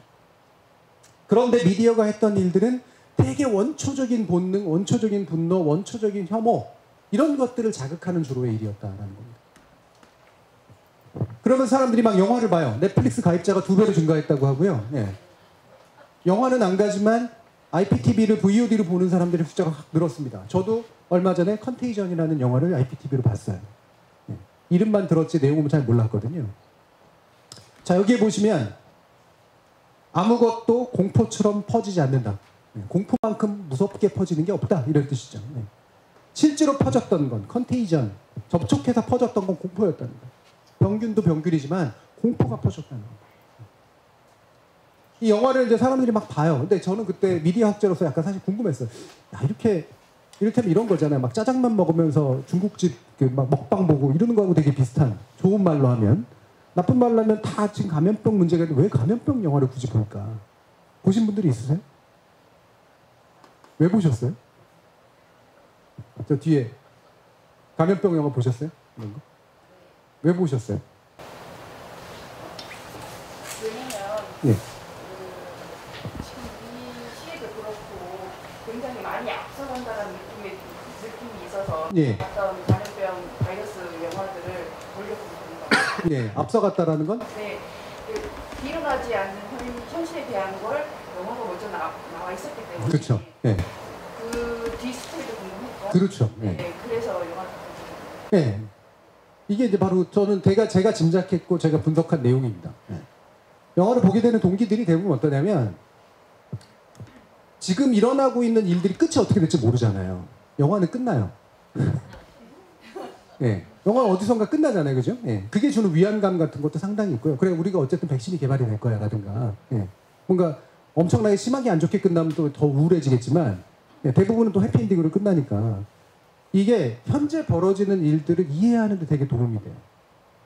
아, 감염병이라는 게 이렇게 만들어서 이렇게 퍼지고 이렇게 발전했다, 이렇게 꺼지는구나. 왜냐하면 스토리를 만드는 것도 어느 정도 근거를 가지고 만드는 거기 때문에. 그래서 우리가 2시간을 보고 나면 지난 6개월간 겪었던 것들이 어떻게 가겠구나라고 생각이 되는 거예요. 이런 걸 제가 인식의 지도라고 부르거든요. 영화나 이런 것들이 가지고 있는 되게 좋은 특성은 뭐냐면 현실 그 자체는 아니지만 현실을 잘 압축해주기도 하고 현실을 잘 예측하게 만들어주기도 합니다. 그리고 적어도 우리가 정서적으로 이걸 이해하게 만들어주는 그런 측면들이 있어요. 뉴스는 쏟아지는데 사실 알고 보면 뉴스 그렇게 도움 안 되거든요. 예를 들면 커피 뉴스, 커피 한 잔씩 먹으면 심혈관계 질환에 좋아 이렇게 뉴스 나왔다가 바로 다음 나오면은 뭐 뇌졸중 위험이 있어라든가 뭐 이런 식의 얘기 나오고 커피 먹으라는 거야 말라는 거야. 사실 두 개의 상반된 연구가 있고 각각의 보도가 이루어진 거거든요. 근데 그것만 뭐 모르겠는 거죠, 그죠? 근데 커피를 가지고 즐기는 영화를 보면 차라리 그냥 마음이라도 좋지. 영화라는 건 초현실적이고 현실에 근거를 두고 있으나 현실이 그 자체는 아니지만 오히려 이런 국면에서는 더 많은 위안을 주기도 하고 더 많은 정보를 주기도 한다는 겁니다. 미디어는 공포를 자극해야 합니다. 미디어는 원래 공포를 팔아먹습니다. 기본적으로. 자, 이게 인간의 두뇌인데요. 여기 뭐 하나 제가 그려놨잖아요. 왜 그려놨을까요? 파충류거든요, 이게. 파충류의 두뇌라고 들어보셨어요? 뭐죠, 그게? 원초적이고 기본적으로 자기 생명이나 뭐 이런 거 교육과들이 제일 먼저 발동한다. 그게 여러분들의 머릿속에 있어요. 우리 인간의 두뇌는 인간의 진화 과정을 그대로 압축해놨기 때문에요.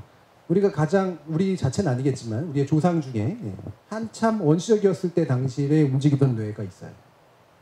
거기에 신피질이라고 불리는 새로운 뇌가 덧붙여져 있습니다. 인간의 언어라든가 사회적 능력이라든가 이런 것들, 우리가 좀 더 고등하다고 이야기하는, 복잡하다고 얘기하는 건 신피질이 만들어내는 거예요. 근데 가장 초보적인 거죠. 뛰고 막 싸우고 막 이러는 거.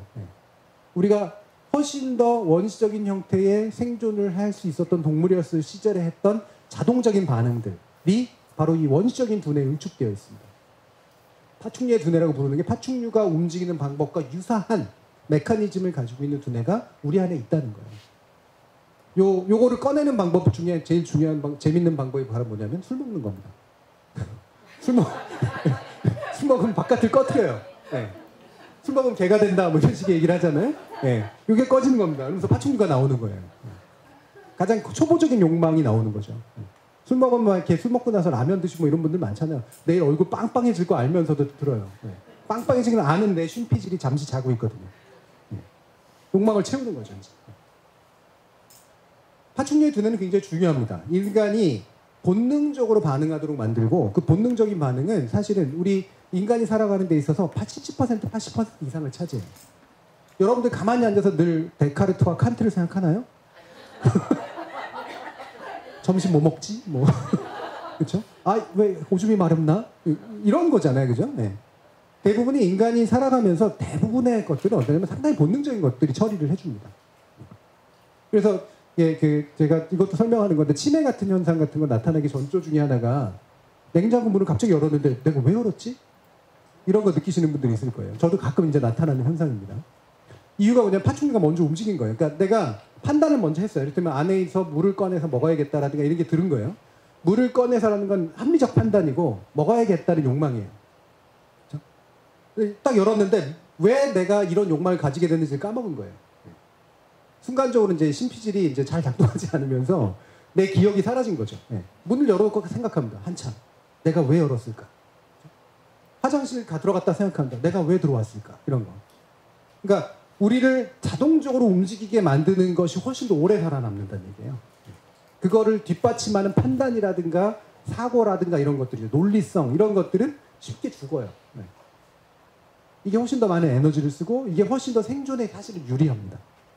우리가 생물로서 동물로서 생존하는 데 있어서는 이 파충류의 두뇌가 있어야만 해요. 그런데 문제는 인간은 같이 사는 동물이고 이제 사회를 이루고 있고 훨씬 더 고도로 복잡한 걸 다루어야 되는 상태에 와 있어요. 그 이야기는 뭐냐면 이것에만 의존해서는 문제가 생긴다는 거죠. 당연히. 그렇죠? 아까도 말씀드렸지만 외국인을 또는 외부 사람을 배척하는 건 자연적이고 파충류의 두뇌가 우리한테 움직이게 만들어주는 겁니다. 하지만 그걸 배척했을 때 생기는 문제가 있죠. 예를 들면 중국 차단해버리면 돼요. 너 어쩌라고. 중국 차단하고 난 다음에 이를테면 무역과 교육까지 완전히 차단이 만약에 일어나고 난다면 중국에 의존하고 있는 30, 40% 이상의 경제는 어떡하라는 얘기예요. 사실은 전염병보다 더 위험한 게 경제 위기거든요. 어떤 면에서는. 냉정하게 말하면. 코로나19로 인해서 몇백만 명이 죽을 수도 있어요. 하지만 경제 위기에 닥치면 몇천만 명이 죽을 수도 있습니다. 솔직히 그때 가서는 아까 얘기했던 리스크 테이킹을 해야 돼요. 어떤 게 더 위험한 건지를 생각해 봐야 되는 거예요. 우리의 당장의 분노나 공포는 바로 이것들을 배척하게 만들지만 우리의 문명은 같이 살아야 되게 만들어 놨어요. 이때 파충류의 눈에 의존하게 되면 이를 그르칩니다. 이를테면 성폭행이라든가 막 이런 식의 일들이 일어나는 게 잘못된 원초적 욕망들이 작동하기 때문에 나오는 거잖아요. 우리가 배고프다고 해서 빵을 아무거나 집어먹는 행위를 하면 안 되는 것이 바로 또 우리 문명이 얘기하고 있는 겁니다. 돈을 가지고 해서 해야 돼 라고 얘가 가르쳐 줘야 돼요. 네. 그런데 웃기는 건 미디어가 바로 이 파충류의 눈을 자극하고 있다는 거예요. 자기들 말로는 정보를 가르쳐주고 합리적 판단을 하게 만들어준다고 얘기하지만 알고 보면 우리의 파충류의 두뇌를 자극하고 있지 심피지를 자극하고 있지 않다는 겁니다. 자, 그래서 이 하이드 라슨이라고 하는 이 영국인 교수가 이런 말을 했어요. 네이처라는 잡지에다가 이런 얘기를 했는데 감염병의 대유행, 이른바 팬데믹이라고 하는 것은 자주 일어날 수가 있는데 이때 문제가 되는 건 예방적 기술, 백신이라든가 치료제라든가 이게 문제가 없어서 문제가 되는 게 아니라 정작 중요한 건 감정이다. 그것으로 인해 촉발되는 감정이고 그리고 잘못된 정보가 마치 바이러스처럼 퍼지는 것이 문제다. 그것이 전지구적 공중보건에 더 큰 위협을 만들어낸다.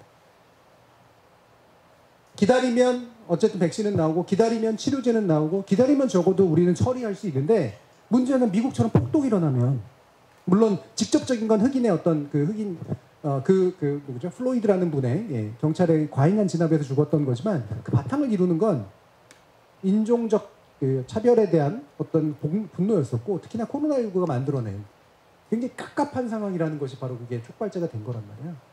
그리고 나선 미친 듯이 그냥 남의 집을 방화하고 약탈하고 이런 식의 일들이 벌어지죠. 그렇죠? 아까 제가 그 런던 스모그 사태에 대해서 얘기했던 것처럼 스모그가 했던 위협보다 더 큰 중요한 위협은 그것으로 인해서 일어났던 사회혼란이에요. 감염병으로 해서 만들어지는 건 감염병이 만들어낸 잘못된 사회혼란. 이게 훨씬 더 위험한 문제입니다. 이를테면 트럼프가 그런 식의 얘기를 안 했으면 살균제 먹고 죽은 사람들이 안 나왔겠죠. 그렇죠? 그냥 가만히 차라리 버티고 있었으면 병 걸렸다 자기 몸으로 날 수도 있었는데 과도한 공포가 막 세제 먹게 하고 살균제 먹게 하고 이렇게 만든 거 아닙니까? 개 구충제 먹게 하고 막 이런 거 아니에요. 우리가 감당할 수 있는 위험이었음에도 불구하고 마치 내가 각자 도생을 해가지고 내가 어떻게든 살아야 돼 이렇게 된 겁니다. 자, 이를테면 우리 마스크 사태도 한번 가만히 생각해 보세요. 마스크 우리가 그나마 꼈기 때문에 물론 이렇게 위험을 예방할 수 있었지만 마스크가 정말 없는 사회라면 어떻게 해야 될까요? 마스크 못 쓰는 거죠, 말 그대로. 그럼 되도록 마스크 안 쓰고 안 만나야 되고 그 다음에 손 되도록 많이 씻고 얼굴 안 만지고 코 안 만지고 이래야 되는 거예요. 네. 그러면 마스크를 쓴 효과를 만들어낼 수 있잖아요. 근데 우리 그때 어땠어요? 마스크 없으니까 다 죽을 것처럼 생각했잖아요. 그렇죠? 아마 그때 잘못해서 방치됐으면 마스크 약탈 폭동이 일어났을지도 모릅니다. 그렇죠? 마스크를 쓰는 게 훨씬 더 낫지만 마스크를 못 쓰게 된 상황이라면 대안을 찾아야 되는데 우리는 마치 마스크를 못 쓰면 우리의 생명이 왔다 갔다 할 것처럼 그렇게 생각을 했어요. 뭐가 그렇게 만들었을까요? 미디어가 준 위험. 우리한테 막 좀 계속해서 불안을 자극했잖아요. 줄을 서도 못 산다는 둥, K94로도 부족하다는 둥, KF. 첫 마스크 가지고 안 된다는 둥. 없으면 첫 마스크라도 써야지. 그렇죠? 우리 사회가 감당 가능한 방식으로 대응해야 되는 거예요. 예를 들면 외국 같은 경우에는 마스크나 이런 것들을 많이 안 썼던 게 문화도 잘 안 됐고요. 걔네는 마스크 생산 능력이 없어요.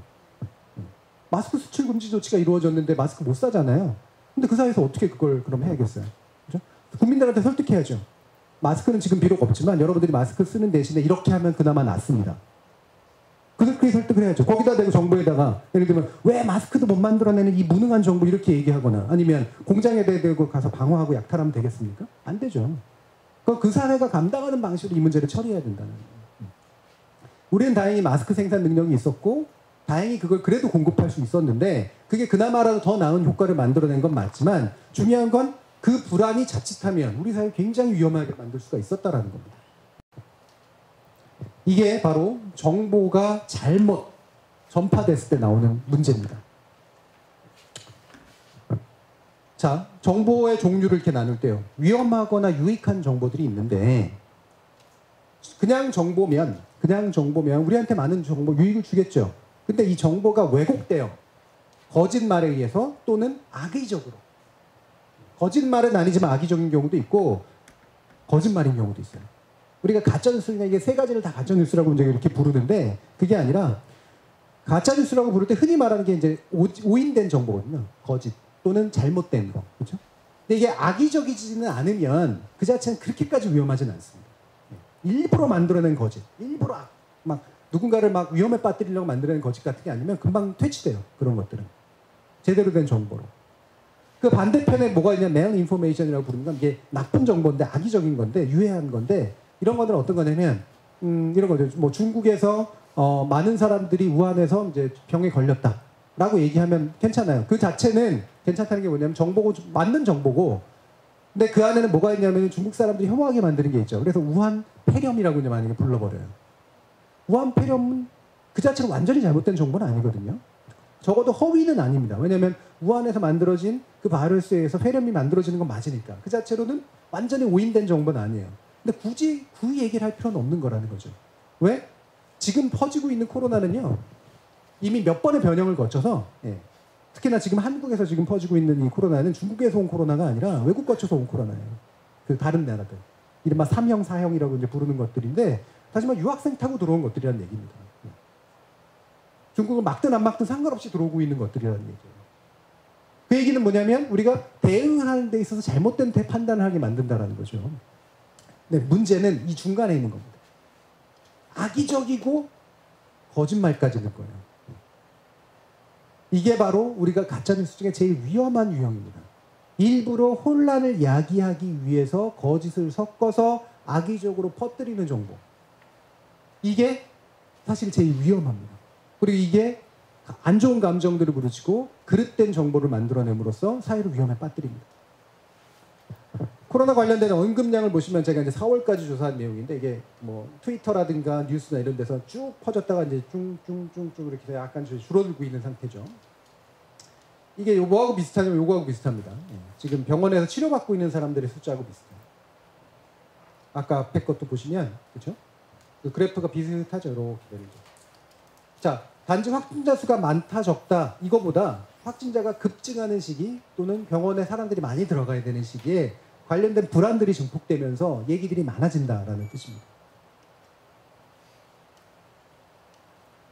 자, 비교해 보시면 이 그래프와 이 그래프가 되게 이상하게 나온다라는 걸 알 수 있죠. 결국에는 사람들이 결국 언급량이 만들어지는 건 과도하게 자극됐다가도 현실 인식을 해가지고 이제 안정감을 찾습니다. 보통의 경우는. 근데 중간중간에 피크를 만들어내는 경우들이 있는데요. 이게 비교를 해보시면 그렇습니다. 왜 피크를 툭툭 치는 것들이 왜 만들어지느냐. 메르스 당시에는요. 메르스는 사실은 사람 숫자는 많지는 않았었는데 메르스의 치명률이 굉장히 높았기 때문에 문제였었는데 특히나 병원 감염 때문에 생긴 문제입니다. 이때 쫙 했을 때 격리 대상자 갑자기 급증하면서 또 특히나 뭐였냐면 삼성병원에서 문제가 생겼다는 사실이 터지면서 갑자기 사람들이 막 엄청나게 걱정했고 문제가 생겼죠. 근데 결국은 이게 통제가 가능하다가 하게 되면서 이제 꺼진 겁니다. 그죠? 자, 코로나19 같은 경우는 처음에는 거의 얘기가 없다가 우한 입국 금지 조치가 취해지면서 우한에서 들어오는 사람들은 못 들어오게 만들면서 그러다가 우리 좀 통제가 되는 것 같으니까 꺼졌다가 국내 확진자가 발생한 게 이때 시점인데 이때 갑자기 조금씩 늘었다 줄었다 하는데 이때 뭐 또 어떤 것들이냐면 주로 정치권의 논쟁이 있었을 때 교포들 데려오냐 마냐부터 해서 그 다음에 중국 차단을 해야 된다 말아야 된다 전면 차단해야 된다 말아야 된다 이러면서 마스크 써야 된다 말아야 된다 이러면서 이게 툭툭툭툭 칩니다. 네. 실제 확진자 수하고 사실은 그렇게까지 관련 없게 이런 일들이 일어나는 거예요. 그러다가 대구에서 무더기 확진자가 발생하자 피크를 팍 치는 거죠. 이제. 위기경보가 커지고 그러니까 샥 올라갔다가 이제 나중에 다시 이렇게 꺼지는 현상들이 나타납니다. 요때가 국면이 중요한데 바로 뭐냐면 정치적인 논쟁들이나 갈등들이 벌어질 때 사람들의 관심력이 확 커지고 그때 막 논쟁들이 벌어지게 된다라는 거예요. 그 이야기는 실제 위험과는 다소 다른 그래프들이 만들어진다는 거예요. 자, 이것도 한번 비교해 보시면 메르스 때 전반적으로 사람들은 대부분이 대단히 부정적이었었어요. 지금도 기억해 보시면 메르스 때는 거의 야 진짜 뭐 하는 짓이냐 이런 식의 이제 것들이 거의 대부분이었었죠, 그렇죠? 근데 코로나 때는 의외로 부정과 긍정에서 긍정이 생각보다 높습니다. 사람들이 어느 정도는 이제 파충류의 두뇌가 많이 안정화가 됐다는 거예요. 이때는 파충류의 두뇌를 발동할 수밖에 없는 상태였다는 거죠. 모르겠습니까, 그죠? 근데 부정적이긴 하지만 그래도 사람들이 잘하면 대처가 가능하다라든가 뭔가 뭐 안정을 찾아야 된다라든가 이런 식으로 약간 합리적 판단들을 하려고 하는 노력들이 꽤 많아졌다는 거예요.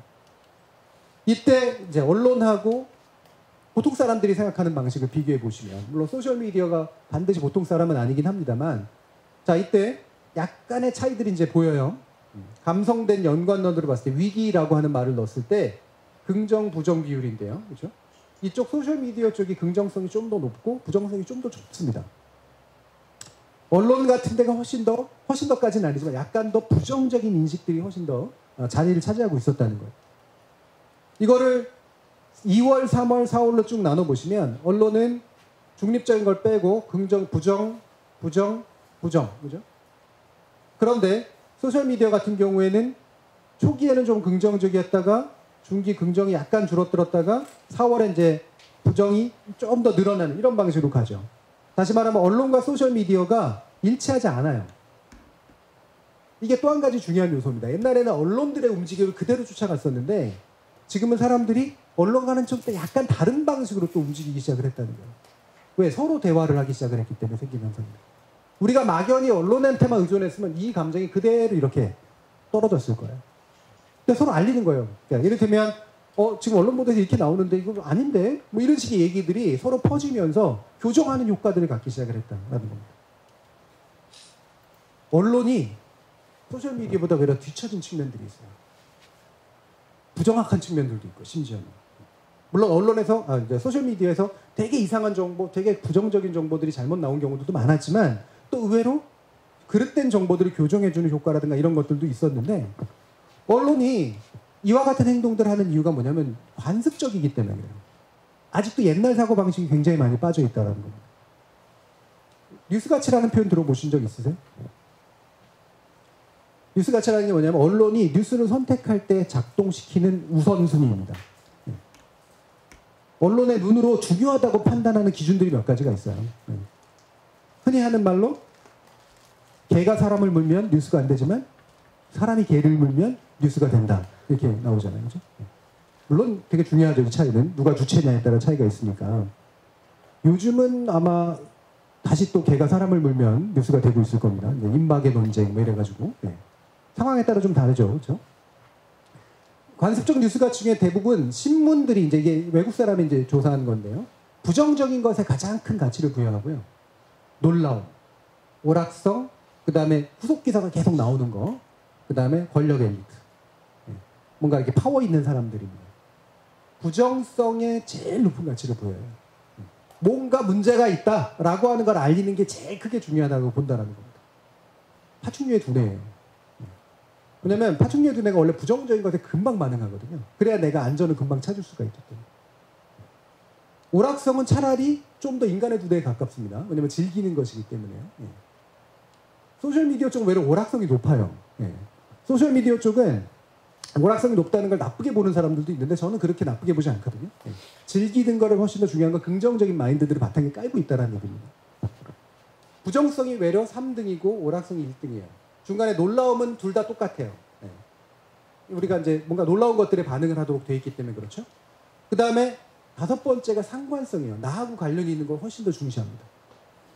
근데 언론은 우리한테 관련 있는 거 알려주는 게 아니라 파워 엘리트를 알려주려고 한다는 거예요. 권력을 비판하든 감시하든 뭐 빨아주든 뭐 하든 간에 어쨌든 되게 힘이 세다라고 하는 사람들에 대해서 알려주는 거예요. 우리도 물론 셀러브리티에 대해서 잘 알고 싶어 하지만 상관성, 나하고 관련 있는 것들을 알고 싶어 한다는 거죠.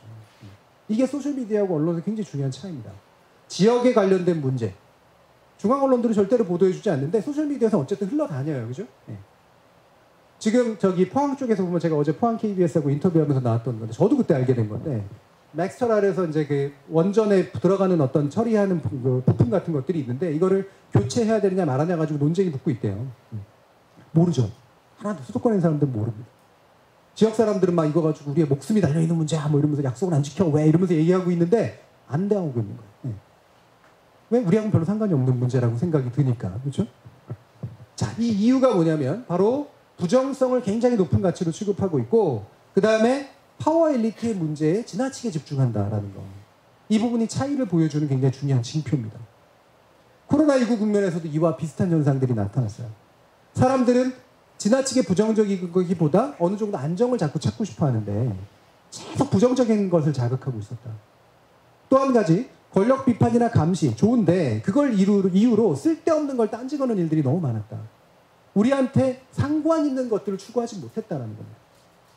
사람들이 자기하고 관련 있는 이야기로 뭔가 되기를 바랐는데 언론은 사실은 뭐였냐면 이 정부를 무너뜨릴 것이냐 말 것이냐. 마치 박근혜 정부 때 비슷한데 박근혜 정부 때는 안 무너뜨리게 할 것이냐 말 것이냐. 이 문제로 만약에 치중을 했다면 지금은 어떻게든 깔 거냐 말 거냐 이 문제로 또 치중을 하고 있다는 거예요. 둘 다 문제죠. 네, 둘 다.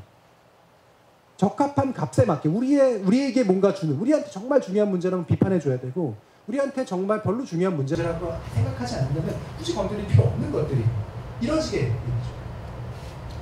자, 지나치게 무조건 권력의 문제로 자꾸 바꾸고 있다요. 예전에는 권력의 문제로 바꿨어야 됐어요. 왜? 권력이 잘못했고 권력이 문제의 핵심을 키를 주고 있었고 권력이 정보를 안 줬고 그렇죠? 진상을 얘기하지 않았고 물론 늘 권력은 그럴 가능성이 있습니다. 그러니까 자꾸 파야죠. 근데 어느 정도 봤을 때 이게 지금 더 파서될 문제가 아니라고 생각한다면 대안을 얘기하기 시작을 하고 이래요. 자꾸 책임을 묻고 부정성에 매몰이 되고 있었습니다. 그거에 비해서 상대적으로 소셜미디어가 더 합리적인 태도를 보였다라는 거예요. 언론의 간섭, 갈등 조장, 정치 쟁점 이겁니다. 진짜로. 근데 왜 이걸 할까요? 갈등 조장은 재밌으니까. 부정적이고 재밌으니까. 또 한 가지 정치 쟁점화 이거는 이분들이 정치 덕후라서 그래요. 우리는 그렇게까지 우리의 일상 그렇게까지 정치를 좋아하지 않는데 이 언론은 너무나 정치를 좋아합니다. 왜 그런지 아세요? 그게 자신의 영향력을 확인하는 방법이거든요. 장관 무너뜨리고 예를 들면 국회의원 낙마시키고 그렇죠? 이게 세상에서 가장 힘센 사람들이라고 하는 사람들보다 자기가 더 힘이 세다는 걸 보여줄 수 있는 방법이라 그래요. 이런 걸 효능감이라고 합니다.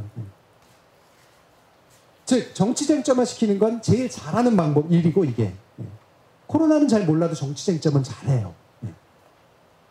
어떻게든 정치 쟁점화 시킬 수 있는지만 잘 알아요. 그러다 보니까 어떠냐면 이게 이제 막 관련된 뉴스가 나오는데 사실 대책회의하는 건데 이게 사실 별로 상관이 없는 사진인데도 막 같이 실어요. 이런 식으로.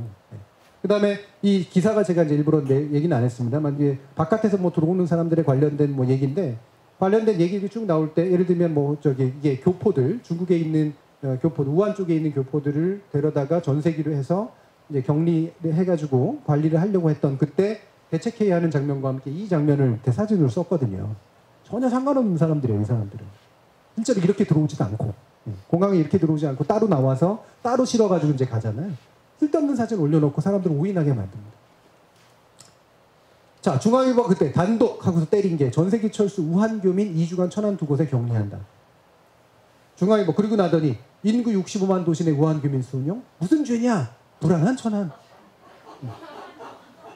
이게 바로 나옵니다. 1월 28일 날 단독 때리고 나서 언제 가가지고 그렇게 천안 사람들 65만 명을 다 들어봤는지 불안한 천안 이러고 나와요.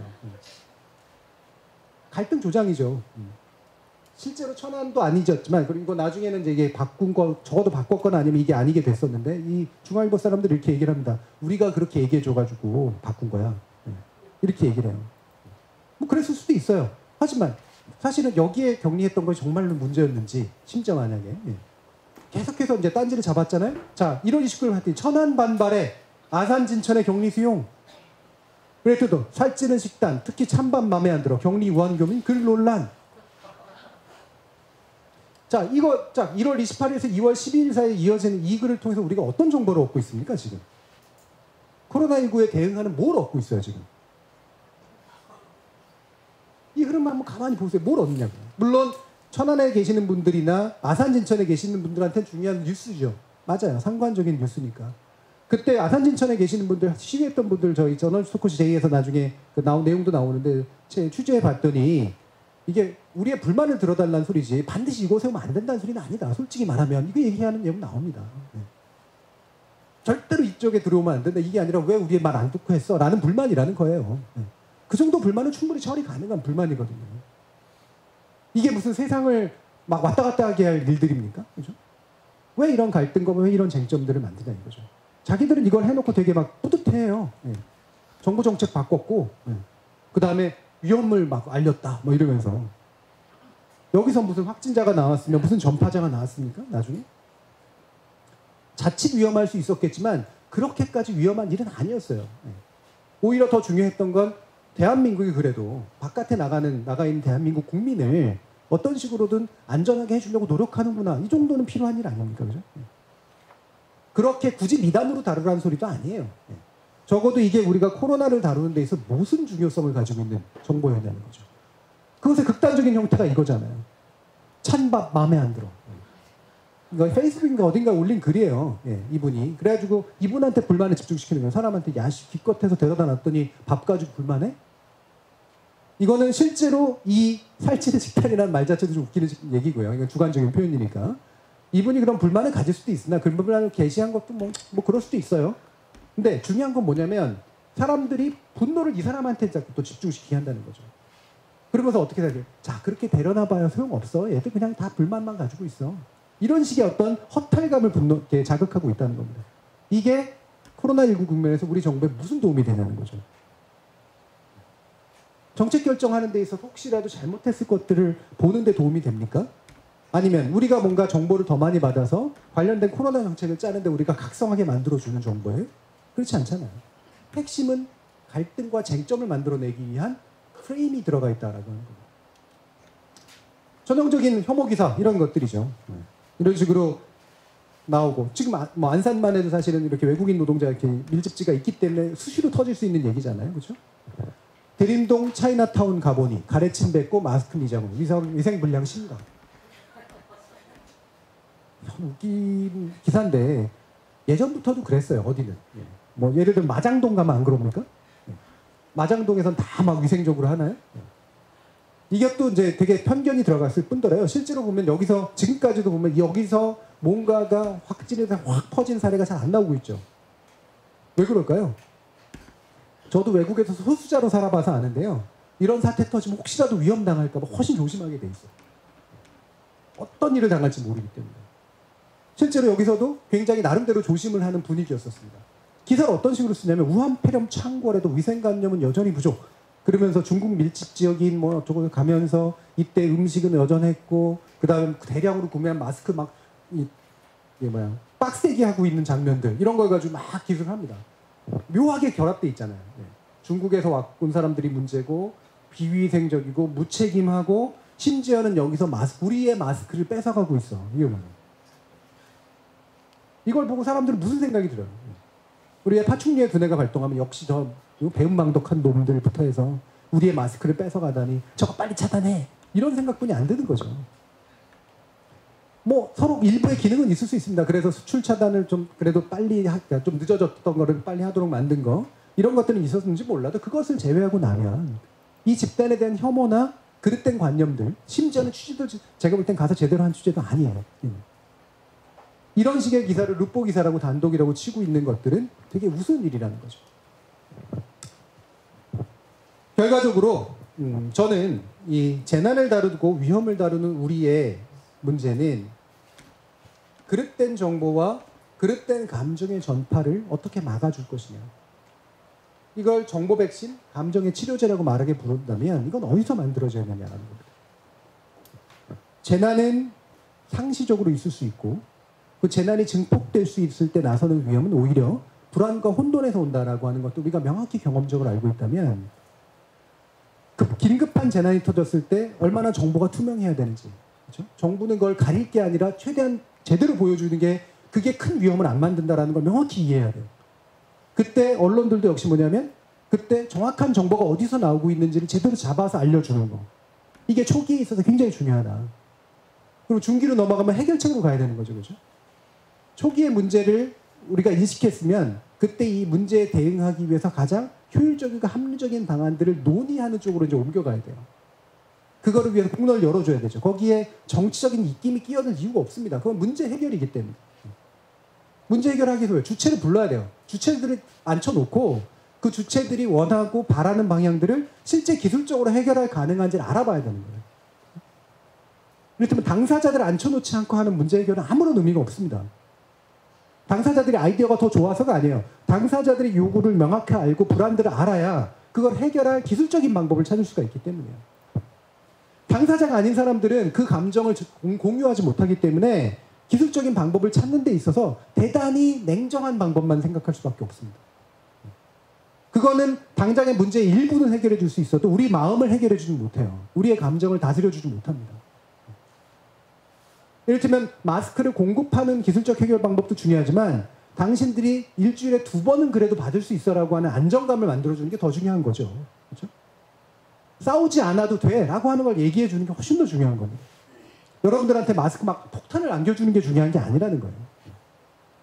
시스템이 동작하고 있고 여러분들이 따라주면 그러면 여러분들에겐 최소한의 안전은 보장될 수 있어.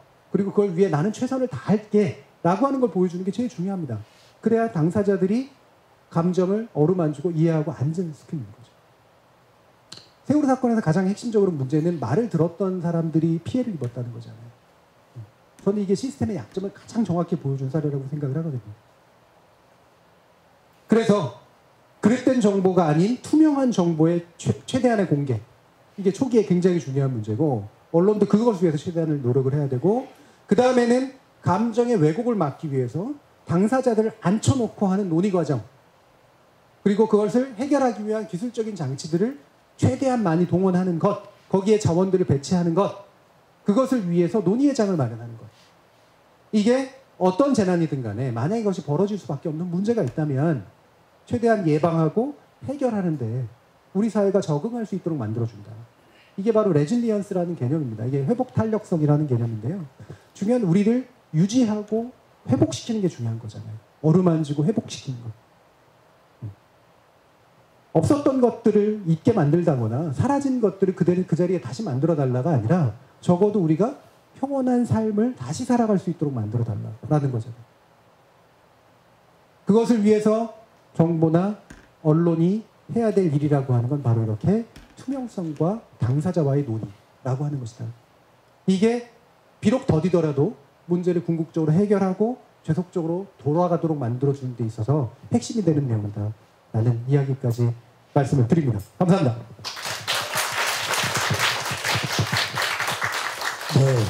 네.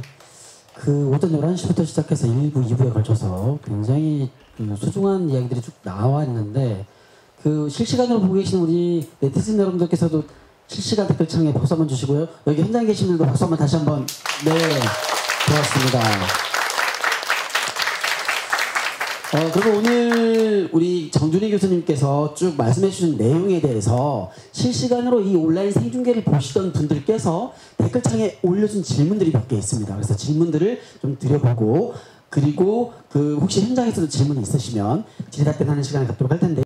가장 먼저 아이디 아프리카 중년이다님께서 이런 질문을 해주셨어요. 최근 미디어가 선택적으로 이슈를 선정해서 과다하게 확산하는 행태가 심각합니다. 이러한 사안에 대해서 우리 시민들은 어떻게 대응해야 될까요? 라고 질문을 해주셨습니다. 아마도 1부 때 올려주신 질문이라 2부 강의 내용이 약간 답변이 된 부분이 있긴 한데 한 번 더 답변 부탁드리겠습니다. 지금 확실히 시대가 바뀌어서요. 제가 아까 소셜미디어 예를 들어드리는 건 이제 바로 그런 건데 막연히 언론이 주도하고 언론들이 깔아준 판에 그대로 사람들이 움직이진 않습니다. 저는 세월호 경험이 그걸 굉장히 많이 강하게 줬다라고 생각을 해요. 이게 나쁘게 말하면 불신의 시스템을 만든 건데 좋게 말하면 스스로가 주체가 돼야 된다라는 생각을 강하게 하게 만들었다는 겁니다. 언론도 되게 다양하고 그들의 선별 방식도 대단히 다양하다. 특히나 당사자들은 알죠. 당사자들은 그릇되게 나가고 있다라고 하는 건 명확히 가장 잘 아는 사람들 아닙니까? 근데 당사자가 아니면 잘 모르거든요. 여러분들도 당사자가 아닌 일들을 보면 언론에 보도된 것들을 보면 사실은 그 당사자들이 서운하게 생각할 그런 판단들을 하실 겁니다. 분명히. 왜? 전해준 게 선별적이니까. 근데 언론이라고 하는 건 원래 선별적으로 전할 수밖에 없어요. 그게 명확한 한계입니다. 그 이상 하긴 대단히 어려워요. 좋은 언론이라면 되도록이면 선별하면서도 과도하게 단순화시키지 않겠죠.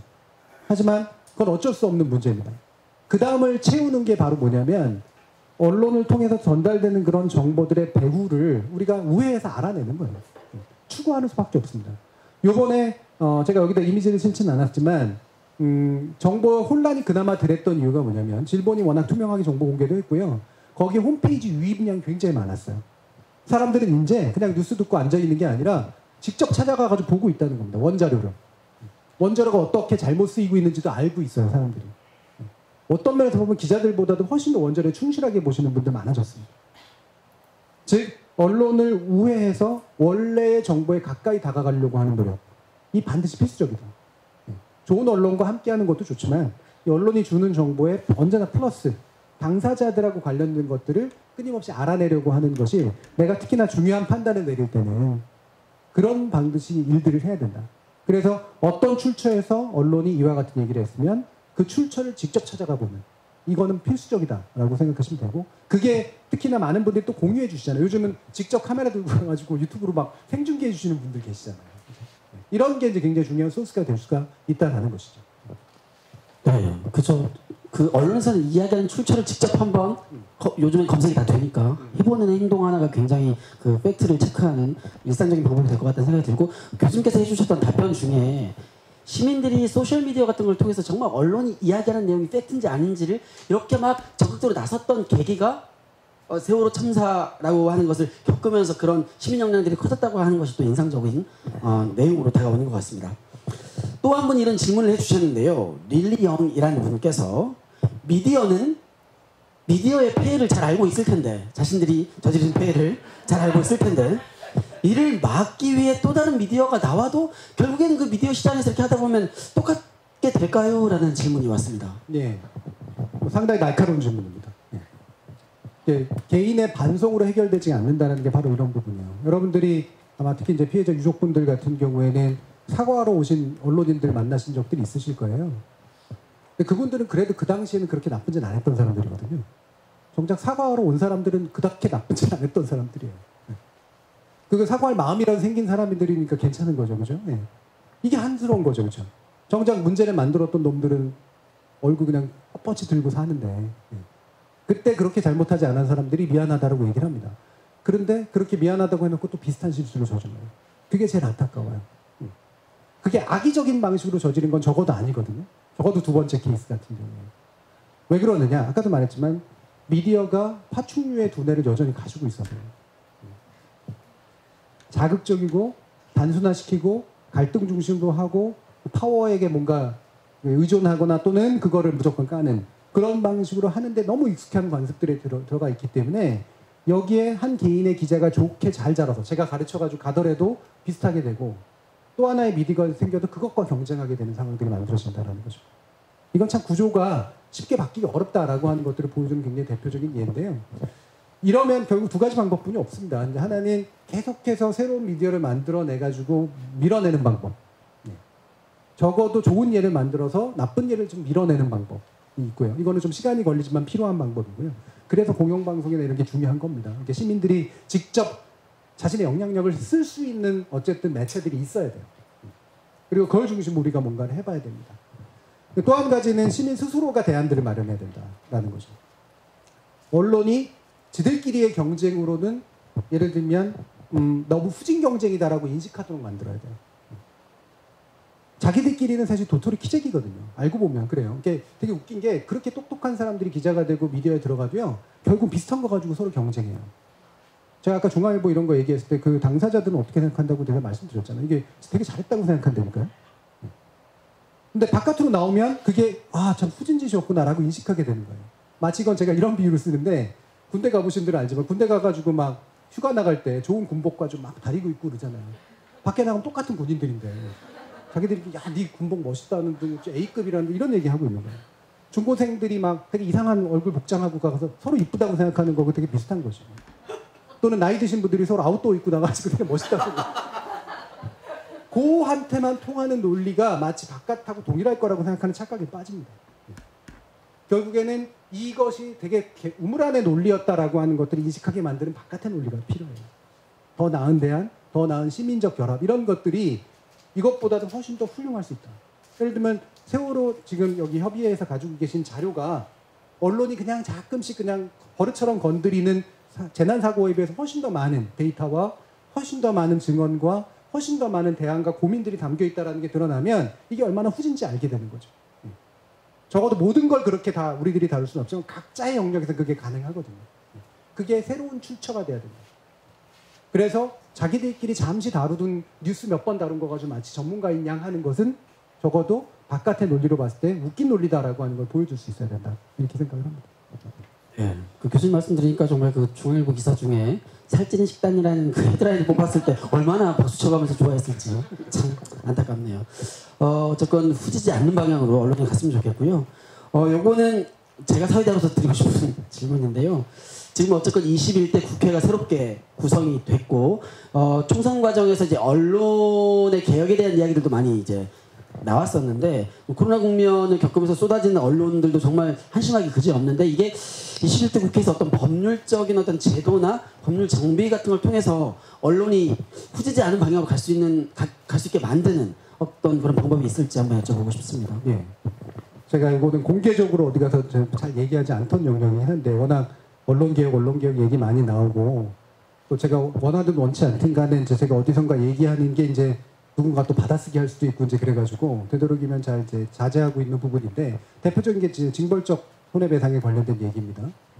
저는 이거는 쉽게 생각하면 되게 쉬운 방법처럼 느껴질 수가 있지만 생각보다 대단히 어려운 방법이라고 생각해요. 왜냐? 한국의 법체계 자체가 징벌적 손해배상에 잘 만들어진 법체계가 아니에요. 왜냐하면 우리나라는 기업에게 되게 좀 친화적인 법체계고 사법적 판단이 내려지는 시스템이기 때문에 지금 당장 이재용 부회장에 대한 판결 내리는 거 보세요. 이 커다란 데들이 뭔가 또는 기업이나 이런 데들의 활동이 제한이 되면 굉장히 좀 하나 망하게 버리게 만들면 어떡하지? 이런 식의 생각이 되게 강해요. 특히 판사님들이. 그래서 실제로 징벌적 수준에 이르게 손해배상을 막 때리고 이런 걸 잘 못합니다. 원래 법도 그렇게 잘 안 만들어져 있지만. 근데 미국은 그게 가능하게 미국이라는 나라가 거의 미국만 그렇거든요. 이제 미국이라는 나라가 워낙 옛날부터 어차피 국가는 손을 안 댔어. 니들끼리 잘해서 풀어봐. 이런 나라예요. 정부가 책임을 안 지는 나라입니다. 그러니까 민사소송 해가지고 문제 있으면 심각하게 때려. 알아서 해. 이렇게 된 거예요. 그러니까 미국이란 나라에서는 일부 작동하는 면이 있는데 한국이란 나라에서는 사실 우리는 많은 걸 규제에 의존하고 많은 걸 정부에 의존하고 그래서 대신 좀 혼내주세요. 뭐 이런 식의 시스템이거든요. 그러니까 내가 직접 소송을 걸어서 문제가 있으면 우리가 징벌적 손해배상 마치 국가가 때릴 것처럼 생각하는데 그게 아니라 피해를 입은 사람이 걸어가지고 그 피해 내용을 입증을 해서 그 피해 이상의 손해배상을 받도록 만드는 시스템이에요. 굉장히 어렵습니다. 여러분들이 그거를 직접 수행하려면 막 엄청난 소송 비용 들고요. 입증 책임도 있기 때문에 굉장히 힘들어요. 생각보다. 그리고 이게 언론의 내용에 관련된 문제이기 때문에 이 내용이 정말로 심각하게 악의적으로 만들어져 있었고 의도적으로 해서 손해를 끼쳤다를 증명해야 돼요. 그 내용이 그렇게 효과를 불러일으켰다고 어떻게 쉽게 얘기할 수 있습니까? 이를테면 가가지고 때린 거는 물리적인 상처가 남지만 얘 나쁜 놈이야 그랬더니 나쁜 놈이 돼가지고 막 물리적으로 변해? 아니잖아요. 나는 말만 했을 뿐이야 라고 얘기할 수가 있거든요. 이 말이 가지는 물론 힘이라는 거 우리는 다 알지만 그 말이 실제적으로 어떤 손해를 끼쳤는지를 증명하기가 대단히 어렵다는 겁니다. 의외로. 우리는 이 제도를 쓰면 막 나쁜 언론을 혼내줄 수 있을 것 같잖아요. 의외로 잘 안 그렇다는 거예요. 그러면 물론 저는 이건 도입을 할 수도 있다고 생각을 하는데요. 그 과정에 나타나는 또 하나의 부정이 뭐냐면 소송을 그 정도의 강한 소송을 할 수 있는 주체가 승리한다 이겁니다. 누가 더 유리할까요? 돈 가지고 힘 가진 쪽이 훨씬 더 유리해요. 소송 비용 막대하게 되고 변호사 좋은 사람 쓰고 막 그래야지 입증 능력 굉장히 좋게 만들어가지고 증거 다 수집해서 할 수 있으면 훨씬 유리합니다. 예를 들면 이렇게 한다고 쳐보세요. 작은 언론사인데 여기가 막 어떤 기업 비리 같은 걸 팠어. 근데 상당 부분 막 그럴 법해. 근데 다 입증하기는 어렵죠. 왜냐면 언론이라고 하는 게 막 수사할 수 있는 게 아니니까. 터뜨렸어. 그래서 난리가 났어요, 막 이제. 근데 막 조사를 해가지고 막 해서 여기서 소송을 때렸어요. 우리가 이것 때문에 엄청난 손해를 입었다. 피해 보상액 뭐 200억 막 이런 식으로. 언론사 매출이 1억인데 막. 망하겠죠. 여긴 당연히 망합니다. 당연히. 그죠? 소송 비용조차 아마 감당을 못할 거예요. 이 과정에서 어떤 일이 벌어질까? 그죠? 충분한 입증을 하긴 어렵지만 나름대로 진실에 가까울 수도 있을 어떤 의혹을 얘기했던 언론사가 오히려 강한 소송 능력을 가지고 있는 상대에 의해 가지고 망가뜨려질 수도 있다는 겁니다. 생각보다 쉽지가 않아요. 그래서 우리는 막 여기서 열정이 막 치밀어 올라서 이것만 딱 하면은 막 나쁜 놈 다 때려 부술 수 있을 것 같고 그렇지만 의외로 소송 과정 굉장히 복잡하고 입증도 대단히 어렵고 따라서 입증 능력이 있는 돈을 동원할 수 있는 데가 약한 언론사를 굉장히 빠뜨릴 수가 있다. 위험해. 이래서 문제라는 겁니다. 보완이 돼야 돼요. 단순한 징벌적 손해배상제로 되는 게 아니라 다른 문제와 함께 나타나야 됩니다. 저는 그래서 주장하는 게 징벌적 손해배상제 고민할 수 있으나 더 중요한 건 공정거래 질서를 잡는 거라고 생각합니다. 예를 들면 지금의 신문사나 방송사, 특히나 나쁜 신문사나 나쁜 방송사가 어떻게 광고 따먹고 있고 어떤 식으로 협찬받고 있고 어떤 식으로 남들한테 갑질하는지 저는 알거든요. 증명하기가 물론 쉽진 않아요. 그나마 이게 더 증명하기가 쉬워요. 적어도 내부 고발자 나오고 만약에 줄 서라 그러면 기업들의 홍보 쪽에 있는 사람도 줄 설 겁니다. 그중에 일부에만 물론 이제 소송까지 가고 이럴 수 있겠지만 이를테면은 전화 걸어가지고 광고 따내려고 막 수많은 위협하고 이런 식의 언론사들 수두룩합니다. 실제로. 그들이 협찬 따내는 게 뭐 단지 그 언론사가 엄청 잘해서 따내는 줄 아세요? 얘네들이 보복할까봐 주는 돈들이 많아요. 세무조사 제대로 해야죠. 그렇죠? 언론사는 뭐 무슨 세무조사에 사각지 됩니까? 증거 같은 거 인멸하려고 하니까 들어가려고 그러면 왜 막아요? 취재활동하고 상관없는 건 보여줘야죠. 그게 언론자유가 아니에요. 제가 볼 때는. 즉 우리가 언론자유라는 이름하에 특별한 취급을 받던 언론사가 동일한 기업처럼 취급받고 그들이 사는 상업적 활동이 우리의 공정거래 질서에 정확하게 부합하는지 갑질하지 않는지 과도한 삥뜯기가 없는지 이 부분을 정확하게 시장 질서에 맞게 엄격하게 저는 규제를 해야 된다고 생각을 합니다. 그래야 그릇된 잘못된 돈이 흘러들어가지 않아요. 제대로 상업적이면 제대로 상업적으로 경쟁해서 하라는 얘기예요. 망치 들고 뒤에서 뒤통수 쳐가지고 돈 받지 말라는 소리죠. 권력한테 자꾸 이렇게 의존하거나 까는 이유가 뭔지 아세요? 그렇게 해야지 뭔가를 따낼 수 있기 때문이에요. 도지사 한번 뒤에서 까면 도지사가 그래도 아유 광고라도 주고 이러니까 하는 일들이 얼마나 많은데요. 지금 도지사는 좀 약간 좀 다른 스타일이긴 합니다만. 예. 실제로 많은 지자체 이번에도 이제 코로나19로 어려우니까 딱 뭐 합니까? 정부 광고하고 지자체 광고 빨리 집행해달라 이러잖아요. 사실은 정부 광고나 지자체 광고가 엄청난 돈이 신문사나 언론사로 흘러 들어갑니다. 그 광고 안 해도 되거든요. 아주 냉정하게 하면 이제 그냥 홈페이지에 올리면 되는 거예요. 근데 왜 하는데요? 일종의 신문사나 언론사에 대한 지원입니다. 그게 국가가 그래도 언론사는 사회적 공기니까 국가가 그쪽에 광고를 좀 줘서 부끄럽지 않게 먹고 살게 만드는 거예요. 그냥 돈 주면 부끄럽잖아요. 그러니까 너희가 필요해, 그러니까 용돈 써 그러면서 주는 거예요. 예를 들면 애가 일테면은 저기 청소하면은 우리가 10,000원 주고 이런 게 그 청소한 게 10,000원의 값어치가 있어 주는 게 아니잖아요. 착하고 기특하니까 주는 거예요.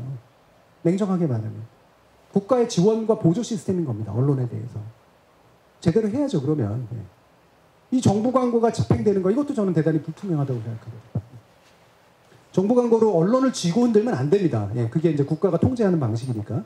다만 이 정부 광고가 공적으로 지원될 수 있는 돈이면 지원해. 좋아. 지원하라고. 근데 그게 이상한 언론사를 먹여 살리는 방법이 돼서는 안 된다는 거죠. 저는 이렇게 돈줄을 차단하는 거. 공정하게 경쟁을 하고 공정한 어떤 상품을 파는 언론사가 살아남도록 만드는 게 더 시급한 시스템이라고 생각을 합니다. 네, 언론 시장의 공정 거래를 정확하게 확립하는 게 중요하다는 말씀을까지 들었습니다. 오늘 이렇게 지식행연 아카데미 첫 번째 2020 첫 번째 강의를 이렇게 정준희 교수님께서 해주셨는데 오늘 약속된 시각이 딱 오후 1시까지 온라인 생중계를 하고 돼 있어가지고요.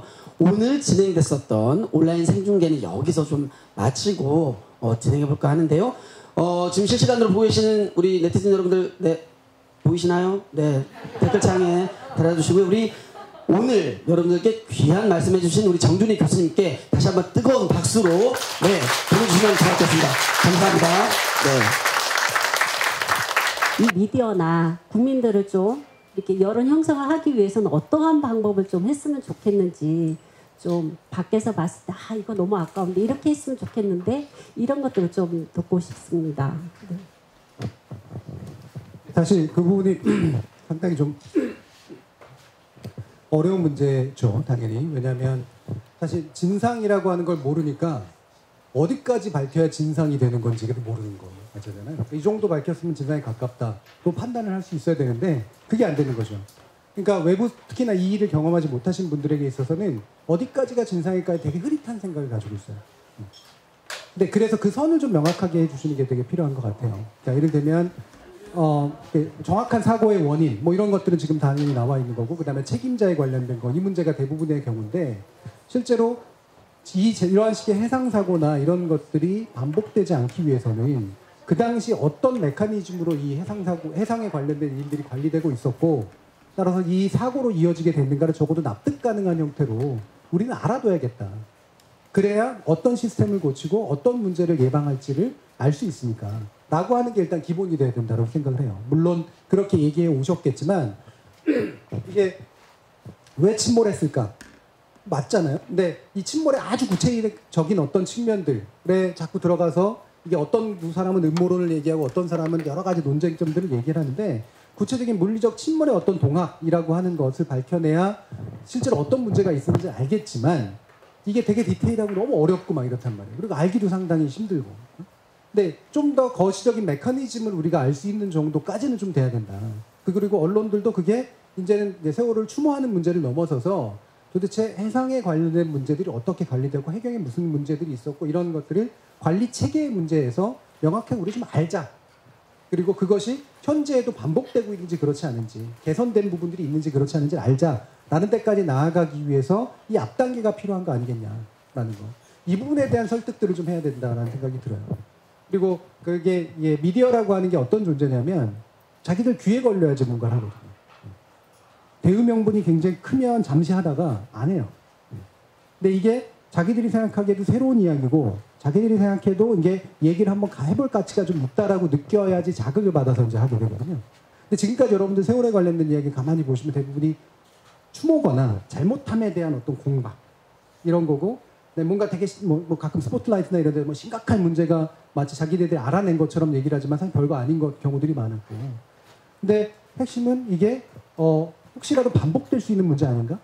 라든가 아니면 우리가 뭔가는 어쨌든 누군가는 처벌을 받고 이렇다고 생각했지만 실제로 하나도 몰랐던 거 아닌가? 라는 그 부분들에 대해서 딱 하고 호기심을 자극하면서 이 얘기를 꺼냈을 때 사람들이 궁금해하겠구나 라고 느끼게 만들어주는 게 되게 필요하거든요. 이게 상당히 홍보적인 문제인데 지금의 이제 그 상태에서는 미디어한테 지금 들어가고 있는 자극은 뭐냐면 미안한 거.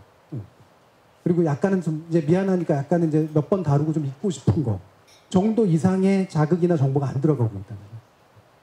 그래서 만약에 필요하다면 약간 이제 그 주요 메이저 방송사들이나 미디어들이 그러면 내년도에 어떤 그 특집을 준비한다거나 이러기 전에 아이디어를 몇 개를 더 일부러 주시는 것이 좀 필요할 것 같아요. 이런 방식으로 여러분들이 한번 내용을 다뤄보시면 굉장히 괜찮은 의미 있는 내용이 나올 수 있지 않겠느냐라는 거. 이거를 아는 루트를 통해서건 아니면 뭔가 이렇게 공식적인 제안을 통해서건 간에 우리가 이런 부분 한번 여러분들 미디어 같이 해봅시다. 같이 한번 취재해봅시다. 또는 같이 한번 이 이야기를 만들어 봅시다. 우리가 가지고 있는 정보는 이겁니다. 라고 하면서 이렇게 이른바 아이템을 던져준다고 하거든요. 그 아이템을 던져주는 방식으로 해보는 것도 저는 필요할 거라고 생각을 해요. 네, 저희들이 직접 던져주는 방식으로. 네, 굉장히 궁금한 것도 많고 대화하고 싶은 내용들도 많을 텐데 지금 보니까 오늘 참가 어려운 시간 내서 와주신 분들도 이제 뒤에 약속 있으신 분들 계신 것 같고 막 가방 싸시는 분도 계시고 근데 교수님과 사진 한번 찍고 싶고 가지 못하겠고 이런 게 있는 것 같습니다. 그래서 질문이 더 있으시더라도 이 정도에서 마무리하면 어떨까 싶은데 괜찮을까요? 네, 감사합니다. 교수님께 다시 한번 큰 박수 부탁드리겠습니다. 네.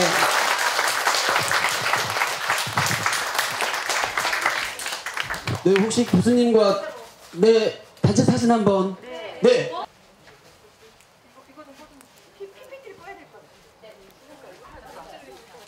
배터리가 다 돼서.